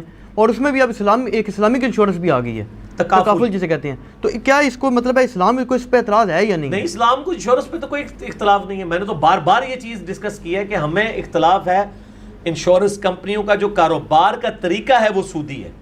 اگر ان کا کاروبار کا طریقہ سودی نہ ہو اور وہ انشورنس کریں تو انشورنس سے بڑی نیکی کوئی نہیں. ہمارے آفس کے اندر جو ہے وہ ہزاروں کی تعداد میں ڈرائیورز ہیں، کسی نہ کسی سے ایکسیڈنٹ ہو ہی جاتا ہے. تو ڈرائیورز نے آپس میں مل کے ایک چھوٹا سا تکافل بنایا ہوا ہے کہ وہ ہر مہینے 50 روپے اس فنڈ میں دیتے ہیں. اور ہمارے آفس کی پالیسی ہے کہ اگر ایکسیڈنٹ ہو گیا نا ٹھیک ہے، تو ڈرائیور نے اپنی بھی گاڑی ٹھیک کروانی ہے، دوسرے کی بھی، چاہے غلطی کسی کی بھی ہے. اور یہ صحیح ہے کیونکہ میں نے دیکھا ہے سرکاری ڈرائیور عموماً بدماش ہوتے ہیں، بڑی بسوں میں بیٹھے ان کو پرواہ نہیں ہوتی اسی سرکاری ہیں عموماً، بالکل ایسے. باقی بیچارے سہم کے چل رہے ہوتے ہیں. جب ان کے اوپر یہ تلوار لٹکے گی نا کہ ہم نے ٹھیک کروانا ہے تو کافی حد تک سہمیں گے. تو اس طرح کے جب معاملات ہوتے ہیں نا تو وہ پھر وہ جو انہوں نے ایک فنڈ قائم کیا ہے اس میں سے وہ پیسے لے کے تو وہ گاڑی کو ٹھیک کروا دیتے ہیں. وہ مشترکہ فنڈ ہے، انشورنس کی یہ ایک فارم ہے. یہ ہمیں اس سودی معاملات سے ہے. ہم انشورنس کو تو کوئی بھی نہیں غلط کہتا. انشورنس کو غلط اس لیے ڈائریکٹلی وہ کہہ رہے ہوتے ہیں کہ وہ چونکہ سودی کام کے اوپر آپ سے پیسہ لے کے سودی کاموں میں لگاتے ہیں یا حکومت پہ سود کو سودی قرضہ دیتے ہیں، اس سے سود لیتے ہیں، اسی میں سے آپ کو ڈیویڈنڈ دے رہے ہوتے ہیں. اس سے اختلاف ہے، اصل ایشو یہ ہے. ٹھیک. اچھا، ایک بھائی نے تجویز دی ہے جی کہ جو قبر کے اوپر جا کر جو سما کا جو عقیدہ ہے نا، ایک تو یہ دور سے آپ کریں، تو ایک کیا کہ جو قبر پہ کھڑے ہو کے سلام وغیرہ کیا جائے نا، اس پر الگ سے ایک لیکچر تفصیلی ریکارڈ کرایا جائے. ہوا ہے تفصیلی لیکچر ریکارڈ، مسئلہ نمبر 117A اور 117B عذاب قبر کے اوپر. اس میں نے یہ اس چیز کو ایڈریس کیا ہے اور ایک الگ سے کلپ ہے، وہ ماشاءاللہ ہزاروں لاکھوں لوگ دیکھ چکے ہیں. کیا مردے بھی بولتے اور سنتے ہیں؟ تو وہ آپ وہ کلپ اسی میں سے 117B مسئلے میں سے نکلا ہوا ہے. اور مسئلہ نمبر 5 حیات النبی صلی اللہ علیہ وآلہ وسلم، اس میں نے اس کو ایڈریس کیا ہے کہ جہاں جہاں سننا ثابت ہے ہم مانتے ہیں، جہاں پہ ثابت نہیں ہے دھکے سے ہمیں کو منوا نہیں سکتا. اچھا، یہ ایک بھائی نے اچھا سوال کیا، پریکٹیکل سوال ہے، اور اس میں ایک آدھ اور سوال اپنی طرف سے تھوڑا سا ایڈ کر لیتے ہیں کہ ہمارے ملک میں چیٹنگ ایک ایسی چیز ہے کہ شاید ہی کوئی شخص ایسا نیک ہو جو کہ جی میں نے زندگی میں کبھی ایگزامز میں چیٹنگ وغیرہ نہیں کی، تو اسلام تو اس کی اجازت ظاہر نہیں دیتا. اب اسی کی بیس کے اوپر ایک شخص نے نمبر لیے، اسی کی بیس کے اوپر اس کو جاب ملی، اسی کی بیس کے اوپر وہ کمائی کر رہا ہے. یا پھر اس میں ایک اور چیز یہ ایڈ کر لیں کہ بعض حضرات یہ بھی کہتے ہیں کہ جی جاب ملنا بھی تقریباً ناممکن ہے سوائے سفارش کے یا رشوت کے، اور اس میں پھر آگے پروموشن لینا تو سفارش کے بغیر سوال ہی نہیں پیدا ہوتا. تو کیا یہ پہلے سوال کو آپ علیحدہ رکھیں، دوسرے کو آپ بعد میں کیجیے گا، مکس ہو جائیں گے. ٹھیک ہے. تو کیا ان صورتوں میں جو ہے یہ پھر کیا کیا جائے؟ ہاں جی، پہلی بات یہ ہے کہ اگر کسی نے چیٹنگ 100% کی ہوئی ہے نا جی، اچھا، کہ وہ جس طرح ہمارے انٹیریئر سندھ کے اندر ہم نے سنا ہے کہ وہ اس طرح اوپن بک چلا رہے ہوتے ہیں معاملات 100%، ٹھیک ہے، وہ معاملہ تو ظاہر ہے غلط ہے. کسی نے کوئی ایک آدھ سوال کے اوپر چیٹنگ کر لی ہے، اس کے سے پوری کی پوری ڈگری تو اس کی ختم نہیں ہوگی نا. ٹھیک ہے. چند ایک چھوٹی چیزوں کے اوپر وہ آپ الاللمم میں آتا ہے کہ اللہ تعالیٰ چھوٹی موٹی چیزوں کو معاف کر دے گا. لیکن ایک جعلی ڈگری آپ نے لی ہوئی ہے، وہ ڈگری ایگزسٹ ہی نہیں کرتی ہے آپ کی، یا آپ نے وہ 100% جو ہے وہ دیکھ کے پیپر دیے ہوئے ہیں، آپ نے اس کرائٹیریا کو فالو ہی نہیں کیا ہوا، وہ تو ظاہر ہے حرام ہی ہے، اس میں کوئی پوچھنے والی بات ہے. دوسرا سفارش والا جی، یہ والا اور رشوت والا. رشوت صرف اپنے جائز کام کے لیے دی جا سکتی ہے، اور جائز کام وہ ہوگا کہ جس کام کو کرواتے ہوئے آپ کسی دوسرے کا حق نہ مار رہے ہو. مثلا ایک بندے نے بجلی کا میٹر لگوانا ہے، ٹھیک ہے، میٹر آپ کا بنیادی حق ہے، آپ نے اپلائی کیا، کیو میں آپ کا نمبر بھی آ گیا، اب انہوں نے میٹر بھی آیا ہوا ہے روک کے رکھا ہوا ہے کہ رشوت دو گے تو لگائیں گے. تو اب آپ کسی کو چیٹ نہیں کر رہے ہیں، کسی کا حق نہیں مار رہے ہیں، وہ آپ کا حق تھا اور آپ کو ایز اے لارج ریزارٹ دینی پڑ جاتی ہے، تو وہ دل میں یعنی اس کو برا سمجھتے ہوئے آپ دے لیں تو پھر تو ٹھیک ہے. لیکن ایک یہ ہے کہ کیو میں لوگ لگے ہوئے ہیں اور آپ جناب 50,000 روپیہ دے کے پہلے ہی اپنا میٹر لگوا لیتے ہیں، جس طرح کئی انڈسٹریلسٹ ہیں انہوں نے اپنے پورے ٹرانسفارمر لادہ سے لگوائے ہوئے ہیں، بجلی چوری بھی کرتے ہیں، وہ معاملات الگ ہیں. ٹھیک ہے. اچھا، ایک بھائی نے پوچھا جی کہ ان کے علاقے میں کچھ حضرات ہیں جو آج پہ جاتے وقت لسٹ بناتے ہیں، بلکہ یہ تو ہم نے بھی ویسے دیکھا ہے کہ لوگ پہلے وقتوں میں کہا کرتے تھے کہ روزہ رسول صلی اللہ علیہ وسلم پہ جانا، وہاں میرا نام کرنا، فلاں ابن فلاں نے آپ کو سلام کہا، یہ دعا کہی ہے، تو یہ اس کے بارے میں کیا ہے؟ کوئی فلاں ابن فلاں کو بتائیں کہ صحیح بخاری اور مسلم میں حدیث ہے، جب تم پڑھتے ہو السلام علیک ایھا النبی ورحمۃ اللہ وبرکاتہ، روزانہ پڑھتے ہو نماز میں، اور اکثر یہ وہ سلام بھجوا رہے ہوتے ہیں جو نماز بھی نہیں پڑھتے. تو ان کو سلام بھجوانا کس منہ سے سلام بھجواتے ہیں؟ تو السلام علینا وعلی عباد اللہ الصالحین، بخاری مسلم میں الفاظ ہیں جہاں جہاں دنیا میں کوئی نیک بندہ موجود ہے اللہ تعالیٰ تمہارا سلام اس تک پہنچا دے گا. تو سلام بھجوانے کے لیے کسی بندے کی ضرورت نہیں ہے، اللہ تعالیٰ پہنچا رہا ہے. ٹھیک ہے. سن نسائی میں صحیح سند کے ساتھ حدیث ہے کہ کچھ فرشتے ہیں جو زمین میں سیاحت کرتے ہیں اور میرے امتیوں کا سلام میرے تک پہنچاتے ہیں. وہ تو پہنچ رہے ہیں. قبر رسول صلی اللہ علیہ وآلہ وسلم پہ کسی کو کہہ کے سلام بھجوانا اس کی کوئی روایت نہیں ملتی ہے. ٹھیک ہے. ان کو کہ یہاں پہ پڑھے پہنچ رہے ہیں اس طریقے سے. ہاں یہ ضرور کہنا چاہیے کہ قبر رسول صلی اللہ علیہ وآلہ وسلم کے پاس کھڑے ہو کر جب آپ اللہ کے حضور دعا کریں گے اس دعا میں مجھے یاد رکھیے، کیونکہ نبی علیہ السلام کی قبر مبارک شعر اللہ میں سے ایک جگہ ہے اور دعاؤں کی قبولیت کی جگہ ہے. ٹھیک ہے. ٹھیک ہے. تو میں تو لوگوں کو یہی کہتا ہوں کہ خانہ کعبہ شریف میں جاؤ تو میرے لیے دعا کرنا، روزہ شریف پہ حاضری ہو تو وہاں پہ کھڑے ہو کے جب دعا کرنے لگو اللہ سے، نبی علیہ السلام سے تو دعا نہیں کرنی ظاہر ہے، تو اس دعا میں مجھے بھی یاد رکھنا. ٹھیک. روزہ شریف پہ حاضری سے متعلق جتنی جعلی اور صحیح روایتیں ہیں دونوں میں نے مسئلہ نمبر 54C اور D کے اندر بیان کر دیے قبر رسول پہ حاضری کا طریقہ. چلیے بھائی ایک سوال آیا جی کہ صبح اور شام کے جو اذکار ہیں ان کی کوئی اسپیسیفک ٹائمنگ بتا دیں کہ بڑی کنفیوژن ہوتی ہے کہ شام سے کیا مراد ہے اور صبح سے کیا مراد ہے. یہ بڑا آسان ہے. صبح جو ہے وہ طلوع فجر کے بعد صبح ہو جاتی ہے جی. اچھا جی. ٹھیک ہے جی. طلوع فجر، طلوع آفتاب نہیں، فجر کا وقت داخل ہوتے وقت، ختم سحری، اس وقت سب سے بہترین وقت ہے صبح کے اذکار کا. اور شام کے اذکار غروب آفتاب سے 15-20 منٹ پہلے، کیونکہ غروب آفتاب کے بعد تو رات شروع ہو جائے گی نا. اس میں تو الفاظ ہیں امسینا علی فطرت الاسلام وعلی کلمت الاخلاص وعلی دین نبینا محمد صلی اللہ علیہ وآلہ وسلم. ہم نے جو ہے وہ شام کی اسلام کی فطرت کے اوپر، رات نہیں، غروب آفتاب کے بعد تو رات آ جائے گی. تو سب سے بہتر وقت جو ہے وہ ہے، ورنہ مغرب کے بعد آپ کر سکتے ہیں. میرے اس کے اوپر ڈیٹیل لیکچر ہے، مسئلہ نمبر 111B جو ہے وہ فرض نماز کے بعد اذکار والا ہے اور 111C صبح شام کے اذکار والا ہے، وہ آپ دیکھ لیں. ٹھیک. ایک سوال ہے جی کہ اس میں، بلکہ یہ تو چاولوں کا سوال ہے لیکن اس میں آپ دیگر چیزیں بھی ایڈ کر لیں، جیسے آج کل اور چیزیں بھی آ گئی ہیں. کیا چاول ہاتھوں سے کھانا سنت ہے؟ اور لوگ سمجھتے ہیں جی چمچ سے کھانا جو ہے یہ گناہ یا بری بات ہے. اور نہیں، اس طرح کی کوئی تفصیلات، یہ ساری چیزیں کلچرل ہیں. اچھا.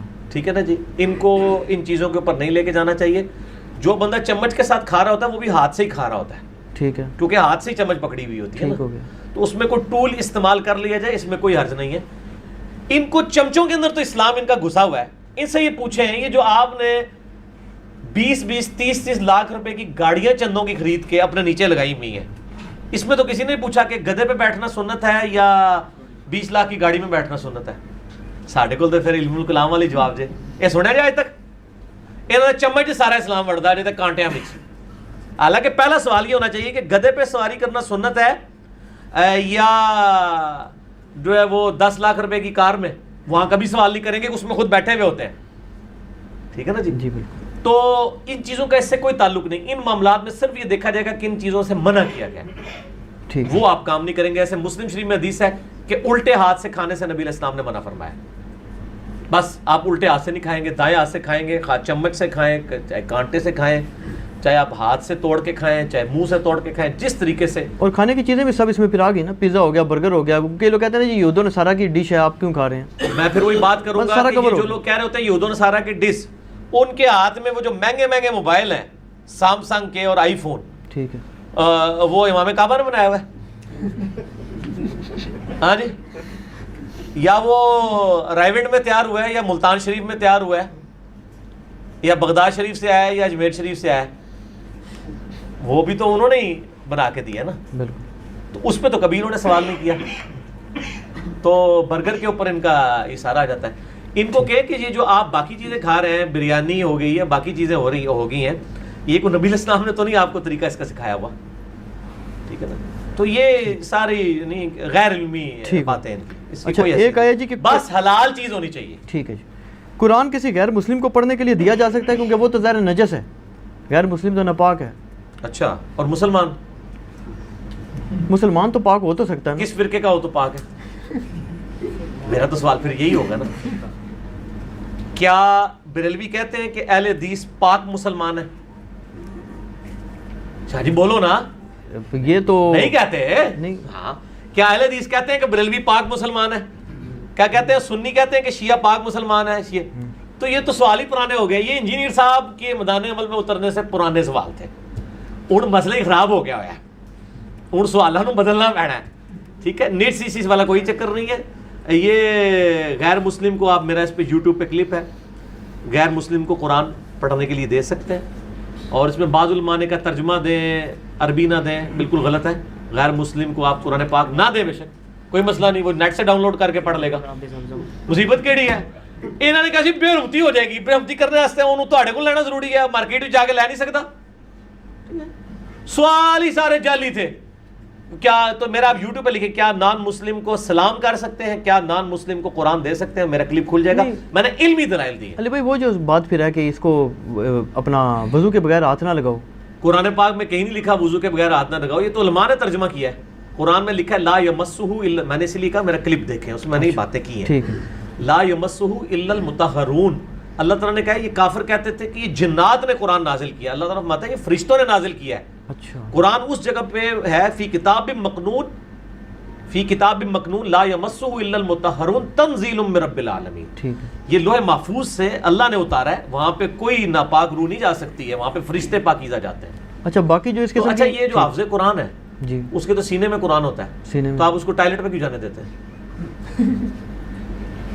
آپ کے موبائل کے اندر قرآن ہوتا ہے, تو آپ باہر رکھ کے جایا کریں تاکہ ہر دفعہ ہر نواز موبائل خریدو. یہ بات تعویذ کے بارے میں بھی لوگ پوچھتے ہیں کہ جی اتار کے جانا چاہیے. بس چھوڑ دو. ٹھیک ہے. اچھا یہ جو دیگر جو متبرک قسم کی مسلمانوں کی اسپیسیفک چیزیں ہیں, جیسے یہ اب زمزم ہو گیا, کھجوریں وغیرہ لاتے ہیں, یہ بھی ان کو دی جا سکتی ہیں؟ کن کو, کیوں نہیں دیں, دو. وہ اللہ نے رزق پیدا کیا میرے بھائی. ٹھیک ہے, اور میں آپ کو بتاؤں یہ تو ان کی مہربانی, یہ آپ کو وہ کھلا رہے ہیں. اس وقت تسبیحیں ہیں ایڈی تسی ٹوپیاں پائی ہیں چائنا سے آ رہی سر, چائنا دی, اور چائنا والے تے اللہ نو نیچے مندے ایتھیس جے جی. چلو امریکہ تو یا انگلینڈ تو آ جاتا کچھ بہتر ہوئے گا, اہل کتاب تے آنے نا ٹوٹی پوٹی فارم میں. چائنا والے تو خدا کو نہیں مانتے. 3 سے 4 ارب ڈالر کا بزنس ٹوپیوں اور تسبیحوں کا ہے چائنا کا. یار ویسے شرم کا مقام ہے کہ ہم ایک تسبیح نہیں بنا کے سعودیہ کو دے سکے کہ یار میڈ ان پاکستان ہے, وکے ہوتے. انہوں نے اتنی سستی, آج سے 50 سال پہلے جو آپ کی تسبیح بکتی تھی نا, آج وہ اس ریٹ کے اوپر آپ کو تسبیح اسی سے بھی سستی, اور مچھی ٹوری پا کے دے رہے ہیں جناب, یہ ٹوٹتی بھی نہیں. تسی تندیاں مار دے تو 2 تر میں لگی اور ٹوٹ گئی تسبیح, وہ ٹوٹتی بھی نہیں ہے. اتنی سستی ان کی ٹوپیاں ہیں, اتنی سستی. تو یہ سارے غیر مسلم دے رہے ہیں. ایون یہ شاید یہ جو قرآن و حدیث جن پرنٹنگ پریسز پہ چھپ رہا ہے, وہ امام کعبہ نے بنایا ہوا ہے, یا بادشاہی مسجد کے امام نے, یا شاہ فیصل مسجد کے امام نے یہ پرنٹنگ کی مشینیں بنائی ہیں جس پہ یہ قرآن پاک چھپ رہے ہیں, یہ گوروں نے بنائی ہے. اچھا اس سے ایک ضمن سوال ہے, شاید پہلے میرا مسئلہ حل کرو. نہیں یہ تو گوروں نے بنائی سر. ہاں تو سر پھر تو بہت گل آگے نکل گئی ہے. اور تھنک آؤٹ آف باکس. ہاں پیپر. اچھا علی بھائی ایک اعتراض اکثر و بیشتر نا لبرل ٹائپ طبقے کے لوگ بھی کرتے ہیں کہ یار یہ جب پرنٹنگ پریس آیا تھا تو اس کو علماء نے حرام کہا تھا, یہ بات درست ہے کہ جھوٹ ہے؟ تو علماء نے کہا تھا, تو علماء جواب دیں. انجینئر صاحب نے اس ٹائم بھی جائز کہا تھا, اس ٹائم کے جو انجینئر تھے جی, علماء نے حرام کہا تھا اس کو. ظاہر ہے بڑی مخالفت کی تھی ان لوگوں نے, تو توپ کی مخالفت کی, گنوں کی مخالفت کی. یہ جو ہماری سلطنت عثمانیہ کا جو زوال ہوا ہے علماء کی وجہ سے ہوا تھا. شروع میں انہوں نے فتوے دیے تھے کہ یہ پرنٹنگ پریس حرام. جی جی جی, یہ تو بالکل ڈیفینیٹ ہے, ایسا ہی ہوا تھا. اچھا غسل کے لیے, اچھا میں آپ کو چھوڑ دیں, پرانی بات تو چھوڑ, نئی بات. کیا یہ علماء نے فتویٰ دیا تھا کہ ویڈیو کیمرے میں تصویر بنانا حرام ہے؟ ہم نے سنا ہے بزرگوں سے. جی سنا ہے کہ سنا نہیں, آپ نے تو دیکھا ہوا ہے. بالکل, الیاس قادری صاحب نے فتوے دیے تھے, وہ بیٹھتے نہیں تھے, اور کتنے لوگ ہیں جو نہیں بیٹھتے تھے. یہ تو سنا نہیں, تمہاری آنکھوں کے سامنے ہے. تو پیچھے بھی ان کے بزرگ یہی کچھ کرتے رہے. ٹھیک. اچھا غسل کے لیے کہ تمام جسم کے ہر بال کا بھیگنا ہی ضروری ہے؟ جی وہ تو ابو داؤد میں حدیث ہے کہ نبی علیہ السلام سے سیدنا علی کہتے ہیں میں نے جب سے سنا کہ اگر کسی کا بال خشک رہ گیا تو اسے عذاب دیا جائے گا, تو میں نے اپنے سر کے ساتھ دشمنی کی اور اپنے سر کے بال منڈوا دیے. بھیگنا ضروری ہے, یعنی ایک دفعہ گیلا ہو جائے, یہ نہیں ہے کہ وہ پوری بالٹی جو ہے وہ سر کے اوپر ہی لگ رہی ہے. ٹھیک, اپنی سے تسلی کر لیں, دیٹس انف.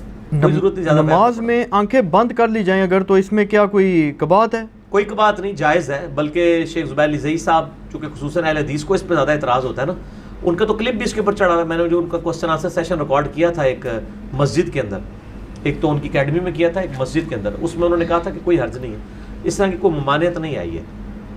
البتہ کسی ایسی جگہ میں جہاں پہ موذی جانوروں کا خطرہ ہو یا موذی انسانوں کا کہ وہ آپ پہ ٹوٹ پڑیں گے تو وہاں تو آنکھیں کھول کے نماز پڑھنی چاہیے. ٹھیک ہے. ہاں جی. رسول اللہ صلی اللہ علیہ وسلم جو ہے یہ کون سی چیز زیادہ شوق سے تناول فرماتے تھے؟ اور یہ کدو وغیرہ کے بارے میں جیسے مشہور ہے، اس کی کیا حقیقت ہے؟ اچھا پہلے تو میں اس میں ایک اور دلیل آپ کو دوں. صحیح بخاری میں حدیث ہے، اما عائشہ کہتی ہیں، مسلم میں بھی ہے، کہ اس زمانے میں گھروں میں چراغ بھی نہیں ہوا کرتے تھے، یعنی اتنی غربت تھی. نبی علیہ السلام جب نماز پڑھتے تو میں آپ کے سامنے لیٹی ہوتی، اور جب آپ سجدے میں جانے لگتے تو مجھے میرے پاؤں کو ٹو دیتے تاکہ میں پاؤں سمیٹ لوں، پھر آپ سجدہ کرتے. اس کا کیا مطلب ہے کہ اما عائشہ کو نہیں پتہ چلتا تھا کہ نبی علیہ السلام سجدے میں آ رہے ہیں، اتنا اندھیرا ہوتا تھا. تو آنکھیں بند کر کے نماز پڑھنے کا ثبوت یہ بھی ہو گیا. ایک تو ہے کہ آپ آنکھیں بند کر لیں، ایک یہ کہ آنکھیں تو کھلی ہیں، نظر کچھ نہیں آ رہا، اینڈ رزلٹ تو وہی ہے، یعنی اندھیرے میں نماز پڑھی جا سکتی ہے. ٹھیک ہے. تو اس میں اما عائشہ کہتی ہیں کہ دیے بھی نہیں تھے ہمارے پاس، ٹھیک ہے، تو اندھیرے میں نماز پڑھنے کا ثبوت ہو گیا، ورنہ ٹونا تو نہ پڑتا. اما عائشہ خود ہی پاؤں پیچھے کر لیتی، ان کو بھی نہیں پتہ چلتا تھا. جب نبی علیہ السلام ٹوتے تھے تو کہتی مجھے پتہ چلتی، میں پاؤں سمیٹتی تھی. جب سجدہ کر کے قیام کی طرف جاتے، اس سے ایک یہ بھی رزلٹ نکلا کہ عورت کو ہاتھ لگانے سے وضو نہیں ٹوٹتا. امام شافعی کا موقف جو ہے وہ اس حوالے سے صحیح نہیں ہے. اب آپ اگلی بات کریں. اچھا یہ جو قرآن پاک میں جو سورہ ابراہیم میں شجر خبیثہ، شجر ملونہ اور دوسرا جو پاک درخت کا ذکر ہے، اس سے کیا مراد ہے؟ یہ شجرے سے مراد یہ شاید آپ والے شجرے نہیں ہے. یہ بعض لوگ تو ادھر کھینچ لیتے ہیں. نہیں، یہ تو اسی طریقے سے ہے. وہ ایک وہ نجومی صاحب ٹی وی پہ آئے تھے، وہ کہتے ہیں یہ جو کچھ تم کرتے ہو فَبِمَا کَسَبَتْ أَيْدِيكُمْ، یہ تمہارے اپنے ہاتھوں کی کمائی ہے. تو کہتے ہیں اس سے یہ قرآن کی لکیریں ہاتھوں کی ثابت ہوتی ہیں. وہ تو اللہ نے فرمایا یہ تمہارے کرتوت ہیں جو تمہارے آگے آتے ہیں. وہ کرتوتوں کو ہاتھوں کی کمائی ایک محاورتاً بات ہے. انہوں نے کہا جی اس تو لکیریں ثابت ہو گئی ہیں، انجی ثابت ہوا ہے. ٹھیک ہے نا جی. تو اس کی تفسیر نبی علیہ السلام نے خود بخاری مسلم نے کی ہے. وہ جو قبر کے 4 سوال والا میں نقری پر، اس میں نے یہ آیات کوٹ کی ہیں سورہ ابراہیم کی، مسئلہ نمبر 78 کے اندر، کہ جو کلمات طیبہ ہیں وہ شجر پاکیزہ سے ہے، یعنی جو اچھے کلمات ہیں، سبحان اللہ والحمدللہ ولا الہ الا اللہ واللہ اکبر. اور جو برے کلمات ہیں وہ شجر خبیثہ سے. جیسے دنیا میں ہر اچھائی توحید کے شجر مبارکہ کی شاخ ہے، اور ہر برائی شرک کے شجر خبیثہ کی ہے. اس سے مراد وہ پنجابی والا شجرہ نہیں ہے، اس سے مراد وہ درخت کی اللہ نے ایک مثال دی ہے، اور کہا کہ اس کا یہ درخت ایسا ہے کلمہ طیبہ کہ جس کی اصل جو ہے وہ ادھر ہے اور آسمانوں تک وہ پھیلا ہوا اتنا بڑا درخت ہے. تو یہ اللہ نے پریکٹیکلی ان آیات کا ترجمہ پڑھ لے تو اس سے مراد شجرہ نسب نہیں ہے، اس سے مراد ایک مثال. ٹھیک ہے. یہ تو پتہ نہیں، اتنا جہل تو کوئی بھی نہیں ہے، اتنے جہل بھی مارکیٹ میں آ گئے جو. اچھا میں آپ کو ویسے بتاؤں، آپ کہہ رہے ہیں جہل کی بات، میری ایک دفعہ ایک پروفیسر صاحب سے ملاقات ہوئی ہے، تو بہت بڑے غالی تھے وہ، اور پتہ نہیں کیا ان کا عقائد تھے. تو وہ انہوں نے ایک عجیب بات کی. وہ کہتے ہیں جی میں 5 سال کا کورس کراتا ہوں، اس کا نام میرا سے نکل گیا. جیسے یہ نہیں ہوتا آپ کا تھیولوجی، اس قسم کا کوئی کورس کراتے ہیں. جینیالوجی کے اوپر نہیں جینیالوجی نہیں، یہ تھیولوجی ہوتی ہے نا، جیسے آپ کی ریلیجن کی جو اسٹڈی ہوتی ہے. تو انہوں نے کہا جی کہ جیسے اسلام ہے نا، جیسے آپ نے پی ایچ ڈی میں آپ کو بچے کو پہلے دن نہیں ڈالتے، پچھلی آپ کو جماعتیں پڑھنی پڑتی ہیں. انہوں نے کہا یہ اس کی انہوں نے مثال دی تھی. کہتے ہیں جی ڈاکٹر طاہر القادری صاحب نے نا کوئی لیکچر دیا ہے جس میں انہوں نے ذکر کیا اس کا شجرہ طیبہ شجرہ خبیثہ کا. تو میں نے ڈاکٹر صاحب کو لکھا ہے کہ اس کا جواب زبور میں موجود ہے. جب تک آپ نے زبور نہیں پڑھی آپ کو نہیں پتہ چلے. زبور میں نہیں، بخاری مسلم کے اندر موجود ہے کہ شجر خبیثہ اور شجر طیبہ کیا ہے. یہ الفاظ کاپی پیسٹ کر کے مکتبۃ الشاملہ میں ڈالیں، بخاری مسلم کی حدیثیں کھل جائیں گی. جس کے اوپر یہ نازل ہوا ہے نا اس نے بتا دیا کہ اس کا مطلب کیا ہے، صلی اللہ علیہ وآلہ وسلم. اچھا اس میں آگے سوال ہے جی کہ یہ سورہ بقرہ میں گندم، ساگ، کھیرا، پیاز، لہسن وغیرہ کو ادنا کہا گیا، کھانے کو محتاجی ذلت مسلط ہونے کا کیوں کہا گیا؟ پہلی بات کھیرے کا تو ذکر ہی کوئی نہیں ہے اس میں. کھیرے کا ہے نہیں. ہاں اور کیا آپ نے نام لیے؟ پیاز، لہسن. پیاز ہے، لہسن بھی ہے. ہاں جی ہاں، یہ اس طرح نہیں ہے. جنتی کھانوں کے مقابلے پہ تو یہ کم تر کھانا ہی ہے نا سر جی. تو ان کو تو من و سلوا مل رہا تھا، ٹھیک ہے نا جی. سلوا ایک پرندہ تھا، پروٹینز وہاں سے ان کو ملتی تھی، وہ جھنڈوں کے جھنڈ آ کے بیٹھ جاتے تھے، وہ شکار کر لیتے تھے. اور من شام کے وقت، رات کے وقت شبنم پڑتی تھی جو میٹھی ہو، مطلب اس کو وہ سمجھ لیں بندیاں جس طرح ہماری میٹھی ہوتی ہیں، وہاں سے کاربوہائیڈریٹس ملتے تھے. جنتی خوراکاں کھا رہے سن، کوئی محنت نہیں کرنی پی رہی سی. تو کہتے ہیں اسی تے پیاز کھانا ہے فلاں. اللہ نے فرمایا ہے کہ یار جنتی خوراکاں نو چھڈ کے تسی اے اونٹ کرنا ہے. تو اللہ نے فرمایا کہ ہن پھر تسی جاؤ زمین وچ ہل چلاؤ. اگر آپ نے میری غذا نہیں جنتی قبول کرنی تو اب محنت کرنی پڑے گی. تو من و سلوا کو انہوں نے چھوڑا. اللہ نے جنت کے مقابلے میں اسے کہا ہے حقیر تر. ٹھیک ہے، یہ یعنی وہ کھانا حقیر نہیں ہے، کمپیریٹیولی ود رسپیکٹ ٹو جنہ. من و سلوا کے مقابلے پہ تو حقیر تر ہے. ہم بھی کہتے ہیں کہ جنت کے مقابلے پہ دنیا کی ہر نعمت حقیر ہے, ٹھیک ہے نا. اور یہاں پہ میں ایک اور بات کر دوں, وہ شعر لکھا ہے الیاس قادری صاحب نے, خدا گر قیامت میں فرمائے مانگو لگائیں گے دیوانے نعرہ مدینہ.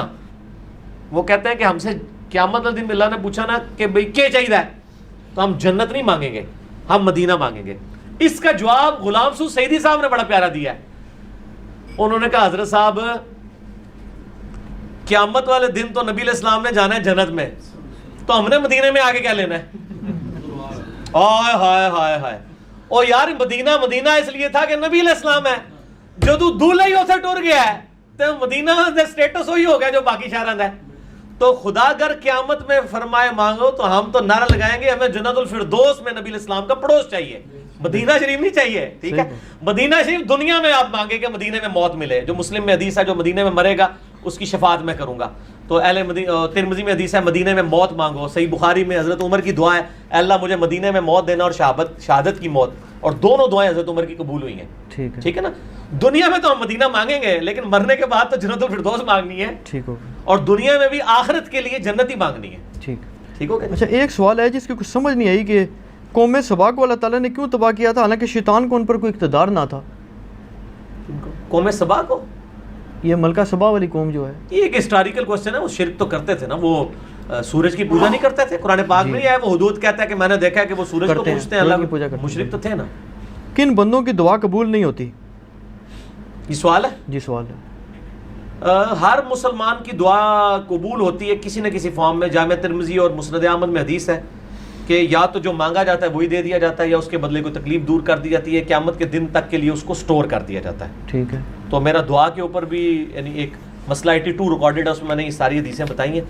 بہرحال صحیح مسلم میں حدیث ہے کہ ایک شخص دور دراز کا سفر کر کے آتا ہے, ہاتھ لمبے کر کے کہتا ہے یا رب یا رب یا رب, اور دعا کرتا ہے. حالانکہ وہ حرام کی غذا سے پروان چڑھا ہوتا ہے, اس کے کپڑے حرام کے ہوتے ہیں, اس کا کھانا پینا حرام کا ہوتا ہے. اللہ تعالیٰ ایسے شخص کی دعا کیوں کر قبول کرے گا؟ تو رزق حرام والا معاملہ ہے. اسی طریقے سے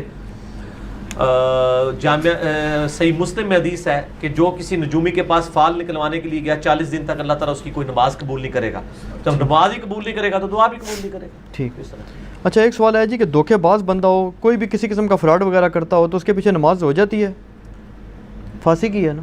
یہ جو سوال خود کر رہا ہے نا, اس کو کہ تو قرآن کے اوپر حلف دے کہ تو نے کبھی کسی کے ساتھ فراڈ نہیں کیا, تو پھر تجھے کہیں گے تو گھر پڑھ لے.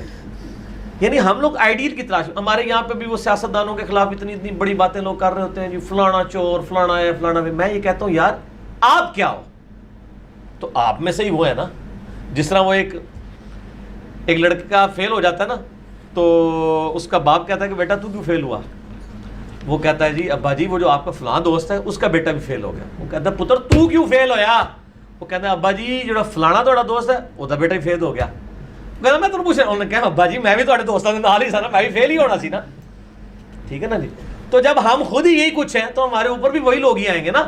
یہ تو نہیں ہو سکتا کہ اس سسٹم میں سے کوئی پارسا بندہ اوپر آ جائے جب سب نیچے. جو جدھر ہے جس کا جتنا داؤ لگا ہوا ہے لگا رہا ہے. کیا آپ ایک ریڑھی بان کو سمجھتے ہیں؟ صبح کے وقت وہ اللہ کا نام لے کے بیٹھتا ہے, لیکن وہ سامنے داغی پھل اس طرح سجانا شروع کرتا ہے تو وہ آگا, اور لیکن اس سے کیا وہ کہتا ہے ساڈے حکمران بڑے پیڑے نے, سب تو بڑا پیڑا تو ہے, تو وہ ہوتا تو اس تو بڑا پیڑا ہوتا, ٹھیک ہے. آپ تو نہیں, ایک میں جس چیز سے گزروں کہ ایک بندے کو اس نے مجھے لفافہ دیا, مجھے کہا نہیں پاؤ نہیں چون کے. میں نے کہا یار یہ کون سا نیک آدمی ہے.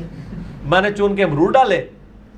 اچھا اس نے پیچھے ایک لفافہ لٹکایا ہوا تھا گندے امرودوں کا نا, تو اس کو میں نے تولنے کے لیے دی نا, اس نے یوں نیچے رکھی ہوئی تھی وہ تولنے والی ترکڑی, وہاں پہ لے کے گیا, اسی دوران اس نے چینج کر دیا.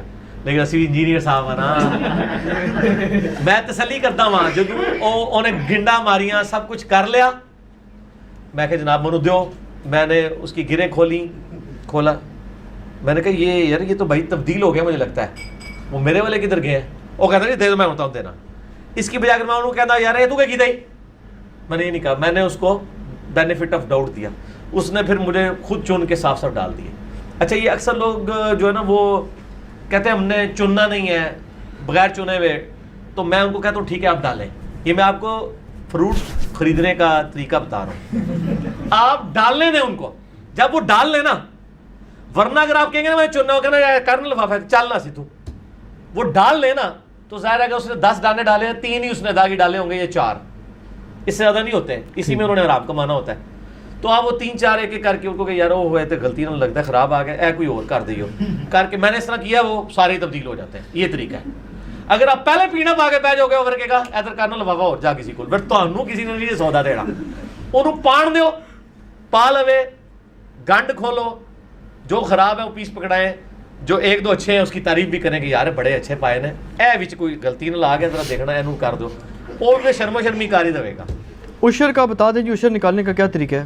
عشر کا مطلب ہی 10واں حصہ ہے. مسئلہ 95B میرا دیکھ لیں زکوٰۃ کے قدیم اور جدید 70 احکام و مسائل, اس میں نے بتایا اگر تو یعنی وہ 10واں حصہ آپ نے دینا ہوگا اگر آپ کی زمین جو ہے وہ ہے بارانی یعنی وہ قدرتی چیزوں سے سیراب ہوتی ہے اور اگر آپ اس کے اوپر ٹیوب ویل لگائے ہوئے ہیں اپنی بھی ویلیو ایڈیشن کرتے ہیں تو پھر 20واں حصہ یعنی اس سے آدھا دینا ہوگا. ٹھیک ہو گیا جی؟ اچھا جی. اچھا یہ کسی خاتون کے اگر یہ چل رہے ہوں ڈیز چل رہے ہوں تو اس میں وہ جو ہے قرآن پاک وغیرہ پڑھ سکتی ہے؟ قرآن نہیں پڑھ سکتی جی, اس کے اوپر تو اتفاق ہے. پڑھ بھی نہیں سکتی؟ نہیں زبانی بھی نہیں پڑھ سکتی. اچھا قرآن نہیں پڑھ سکتی, قرآنی دعائیں پڑھ سکتی ہے, قرآنی اذکار پڑھ سکتی ہے, قرآن کی تلاوت نہیں کر سکتی. اس کے اوپر بھی میرا کلپ چڑھا ہے مسئلہ 42 میں نے ڈیٹیل سے یہ احکام مسائل. اور کوئی شخص وضو کے بغیر پڑھ سکتا ہے قرآن؟ وضو کے بغیر تو پڑھ سکتا ہے. جامعہ ترمذی میں ابو داؤد میں حدیث ہے مولا علی رضی اللہ تعالیٰ عنہ علیہ السلام کہتے ہیں کہ نبی صلی اللہ علیہ وآلہ وسلم کو حالت جنابت کے علاوہ کوئی حالت قرآن پڑھنے سے مانع نہیں ہوتی تھی. آپ ہر حال میں قرآن پڑھتے تھے, صرف جب جنبی ہوتے تھے نہیں پڑھتے تھے, یعنی بغیر وضو کے بھی پڑھتے تھے. اور یہ بھی قرآن کے لیے ہے. صحیح مسلم میں ہے کہ نبی علیہ السلام جنابت والے یعنی ان حالات کے اندر بھی اللہ کا ذکر کر لیا کرتے تھے. ٹھیک ہے, ذکر کے لیے کوئی پروٹوکول نہیں. اچھا یہ ایک بھائی نے سوال کیا تو اس سے ایک اور سوال بھی ذہن میں آ گیا کہ قبروں سے مردے نکال کر مسجد بنانا جائز ہے, لیکن اس میں ایک اور سوال ایڈ کر لیں. نہیں پہلے سوال تو کریں نا, مجھے کون سا پتا ہے, میں نے کوئی رٹے ہوئے سوال یہی سوال ہے نا کہ قبر سے سوال یہ میں نے کیا نا کہ قبر سے مردے نکال کر مسجد بنانا جائز ہے. 1 منٹ ادھر رک جائیں, یعنی قبرستان کو ختم کر رہے ہیں آپ جی, اس کی جگہ مسجد بنا رہے ہیں. انہوں نے لکھا ایسے ہے کہ جی قبروں سے مردے نکال کر مسجد بنانا جائز ہے, یعنی وہ مراد نکلتے ہیں, ہڈیاں نکلتی ہیں. یہ مراد ہوگا. ہاں جی, ہڈیاں نکلتی ہیں جی, نہیں بنا سکتے. اچھا اس میں آپ قبرستان میں نماز بھی نہیں پڑھ سکتے. ٹھیک. اچھا اس میں ایک اور بات, نبی علیہ السلام نے فرمایا حمام میں نماز پڑھنے سے منع فرمایا.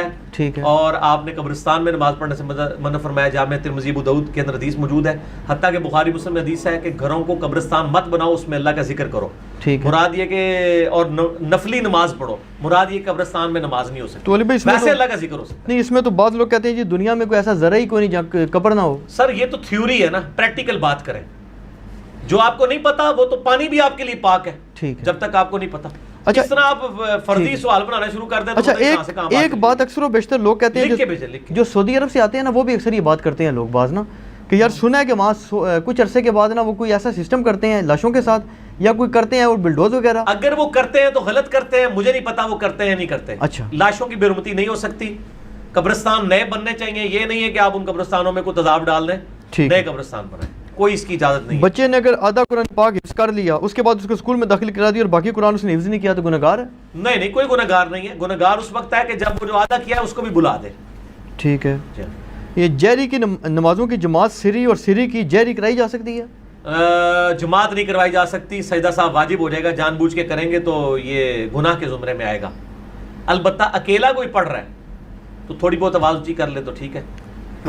اور بلکہ آپ اگر 3 سے زیادہ آیات جہری نماز کی سرن پڑھ دیں یا سرن کی جہرن تو سجدہ صاحب بھی کریں گے آپ, اس پہ اتفاق. اچھا یہ کسی بھائی نے سوال بڑا عجیب سا بھیج دیا جی کہ شراب اور جوئے کے لیے اگر باپ پیسے مانگے تو دیے جا سکتے ہیں, حالانکہ بیٹا مانگے تو چلو کوئی سمجھ آ رہی ہے. نہیں باپ بھی مانگتے ہوں گے یقیناً. تجھے کیا سمجھے باپ شریف ہوتا نا, نہیں ضروری نہیں ہے.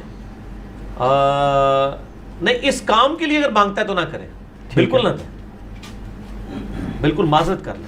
اور بلکہ اس کو پکڑ کے آپ کسی ہاسپٹل میں داخل کروا کے ان کا علاج کروائیں, یہ کروائیں. ٹھیک ہے نا جی, یہ کرنا چاہیے.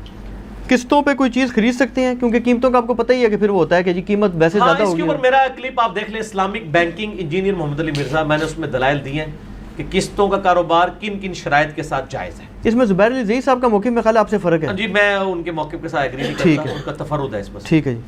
کیا کھانے کے بعد پانی، اس میں ڈاکٹر سار صاحب کا بھی موقف ہے؟ ڈاکٹر صاحب کے موقف صاحب کھانے کے بعد پانی نہ پینا سنت ہے یا پینا سنت ہے؟ میڈیکلی تو یہی ہے کہ کھانے کے بعد پانی نہیں پینا چاہیے، کیونکہ وہ پھر کھانے کے بعد جب آپ پانی پیتے ہیں تو کھانے کے فوراً بعد ایسڈ جو معدہ چھوڑتا ہے نا آپ کو اس کو ہضم کرنے کے لیے، وہ پانی ڈالنے کی وجہ سے وہ ڈائلیوٹ ہو جاتا ہے، پھر اس کو اور تیزاب چھوڑنا پڑتا ہے. ٹھیک ہے. تو میڈیکلی جو چیز نقصان دہ ثابت ہو جائے وہ آپ کو اس کے اوپر عمل کرنا ہوگا، وہ قرآن و سنت پہ عمل کرنا ہے، کیونکہ قرآن حکیم نے دونوں علوم سکھائے نا، ریویلڈ نالج بھی اور ایکوائرڈ نالج. بالکل. اچھا ایسے اب قرآن و حدیث میں تو کوئی نہیں ہے کہ آپ تیزاب نہ پئیں، لیکن ہمیں پتہ ہے تیزاب پئیں گے تو مر جائیں گے. ٹھیک ہے. قرآن و حدیث میں تو کہیں نہیں لکھا کہ یورینیم کو نیکڈ آپ ہاتھ لگائیں تو اسکن کینسر ہوگا، لیکن ہمیں پتہ ہے. مسئلہ 39 ہے میرا، علم سائنس اور علم وحی اور ان کا دائرہ کار، اس میں نے یہی باتیں کی. اچھا 2 سوال آگے جی ایک ہی ٹاپک سے جڑے ہوئے کہ قسطوں پہ گھر یا پلاٹ لے لی ہے، کمرشل استعمال کے، نیت کمرشل کی ہوئی ہے، تو اب قسط فی الحال ہم ادا کر رہے ہیں، اس سے مراد یہی ہوگی کہ ہم نے کسی سے بینک سے لیا ہے یا جیسے بھی، تو اس دوران میں اس پر زکوٰۃ دی جائے گی یا نہیں؟ نہیں، ابھی تو مکمل مالک نہیں نہ ہوئے. جب تک مکمل مالک نہیں ہوتے تو زکوٰۃ بھی اس صورت میں ہوگی کہ جب آپ نے اس کو، یہ آپ کا مال تجارت ہے، بیچنے کی غرض سے آپ بنا رہے ہیں، اگر آپ اپنے استعمال کے لیے پھر تو کوئی زکوٰۃ نہیں. انہوں نے لکھا تو یہ کمرشل کی نیت کی. زکوٰۃ کے اوپر میرے بھائی مسئلہ 95B زکوٰۃ کے قدیم اور جدید 70 احکام و مسائل. میرا الحمدللہ علی وجہ بصیرت دعویٰ ہے کہ زکوٰۃ کے موضوع پہ نہ کوئی ایسی کتاب آپ کو ملے گی، نہ کوئی تقریر، کہ جس میں، کیونکہ میں نے ایک پورا رمضان میں، لوگ تو رمضان شریف میں اعتکاف بیٹھ کے 10 قرآن ختم کرتے ہیں نا، میں نے پورا رمضان لگا کے زکوٰۃ کا لیکچر تیار کیا تھا، مجھے یاد ہے، پورا رمضان چھٹیاں لے کے، اور وہ 95B میں نے ریکارڈ کرایا تھا، 95A اور B وہ آپ دیکھیں، سب کچھ کور کیا. گھر کرائے پر دینا ہے لیکن ابھی کرائے پہ چڑھا نہیں ہے. ہاں جی. تو زکوٰۃ گھر کی مالیت کل پر دے دیں گے یا کرائے پر؟ وہ اگر کرائے کی غرض سے آپ نے رکھا ہوا ہے نا مکان، تو مکان کے اوپر زکوٰۃ نہیں ہوگی، اس کے کرائے پہ زکوٰۃ ہوگی، وہ بھی اگر جڑ جائے. اگر وہ کرایہ آپ ساتھ ساتھ کھا لیں گے تو کوئی زکوٰۃ نہیں ہے، کیونکہ پیسہ رننگ میں آ گیا. ٹھیک ہے. اور زکوٰۃ کے پیسوں سے کسی کو عمرہ کرا دیا جائے تو کیا اس میں کوئی حرج؟ کروانا چاہیے، بالکل، عمرہ بھی کروائیں، لوگوں کے قرض بھی اتاریں، ٹھیک ہے، کوئی حرج نہیں. اچھا بعض حضرات کہتے ہیں جی کہ رسول اللہ صلی اللہ علیہ وسلم نے خواب میں آ کر ہمیں تسبیح یا جھنڈا عنایت فرمایا، اور جب خواب سے اٹھے تو وہی تسبیح جھنڈا وغیرہ ہمارے پاس موجود تھا. اس طرح کی کرامات بالکل جھوٹ بولتے ہیں سر، بالکل جھوٹ بولتے ہیں، ایسا نہیں ہوتا، بالکل جھوٹ بولتے ہیں. نہیں، اس کی کیا دلیل ہے کہ جھوٹ بولتے؟ دلیل تو وہ دیں گے نا جو کہہ رہے ہیں سچ ہے. سر انہوں نے ابھی تک جتنی چیزیں نکالی ہیں ان کی جھوٹ نکل آئے ہیں، تسی تو یہ دس رہے ہو نا کہ ثابت کرو یہ نہیں ہے، انج تو نہیں ہوتا نا جو کہہ رہا ہے. میں آپ کو بتاؤں، کچھ عرصہ پہلے انہوں نے مصنف عبد الرزاق کے ایک نسخے کا دعویٰ کیا جس میں نور من نور اللہ والی حدیث نکالی بریلوی مکتبہ فکر میں جی، اور کہا جی یہ مصنف عبد الرزاق کا پرانا نسخہ ملا ہے. سر آج کے دور میں ہم بیٹھے ہوئے ہیں، نسخہ جس کاغذ پہ لکھا ہے وہ آج کے دور کا کاغذ ہے، رائٹنگ آج، بھائی گوریاں نے سارے جھوٹ پھاڑ لے جی اللہ تو بندے ہو. کاربن ڈیٹنگ ایک ذریعہ ہے چیزوں کی لائف معلوم کرنے کا، ٹھیک ہے نا جی، اس سے پتہ چل جاتا ہے کون سی چیز کتنی پرانی ہے. ٹھیک ہے، جو چیز آپ کاؤنٹر ویریفائی نہیں کر سکتے، آپ اس کے بارے میں یہ نہیں دعویٰ کر سکتے. شاہ نعمت اللہ ولی کی کہتے ہیں جی انہوں نے یہ پریڈکشن، سر اس طرح نہیں ہوتا. آپ کہیں گے کہ آپ ثابت کریں گے کہ ان کے زمانے میں یہ تھا، اور آپ یہ ثابت کریں گے کہ انہوں نے جو پیشن گوئیاں جس جگہ جس کاغذ پہ لکھی تھی نا اس کی ہم کاربن ڈیٹنگ کروائیں گے، اور واقعی وہ اس زمانے کا کاغذ نکلے اور اس پہ وہ رائٹنگ بھی اس زمانے کی ہو، اور پھر اس کے بعد پورا ہو رہا ہو، ہم آپ کے ساتھ ہیں. لیکن آپ کو پتہ یہ نہیں ہونا، تو پوری ہونے کے بعد لکھی گئی. جیسے قرآن حکیم میں سورہ الروم کے اندر، سورۃ الروم میں پیشن گوئی کی گئی تھی کہ اس وقت تو پرشین امپائر رومن امپائر پہ غالب آئی ہے، لیکن 9 سال کے اندر اندر رومن امپائر دوبارہ پرشین امپائر پہ غالب آ جائے گی. اس پہ حضرت بکر صدیق رضی اللہ تعالیٰ کا بھی آتا ہے، تو وہ غالب آ گئی تھی. میرا ایک یوٹیوب پہ کلپ ہے، why we Muslims do believe محمد صلی اللہ علیہ وآلہ وسلم to be a prophet of God.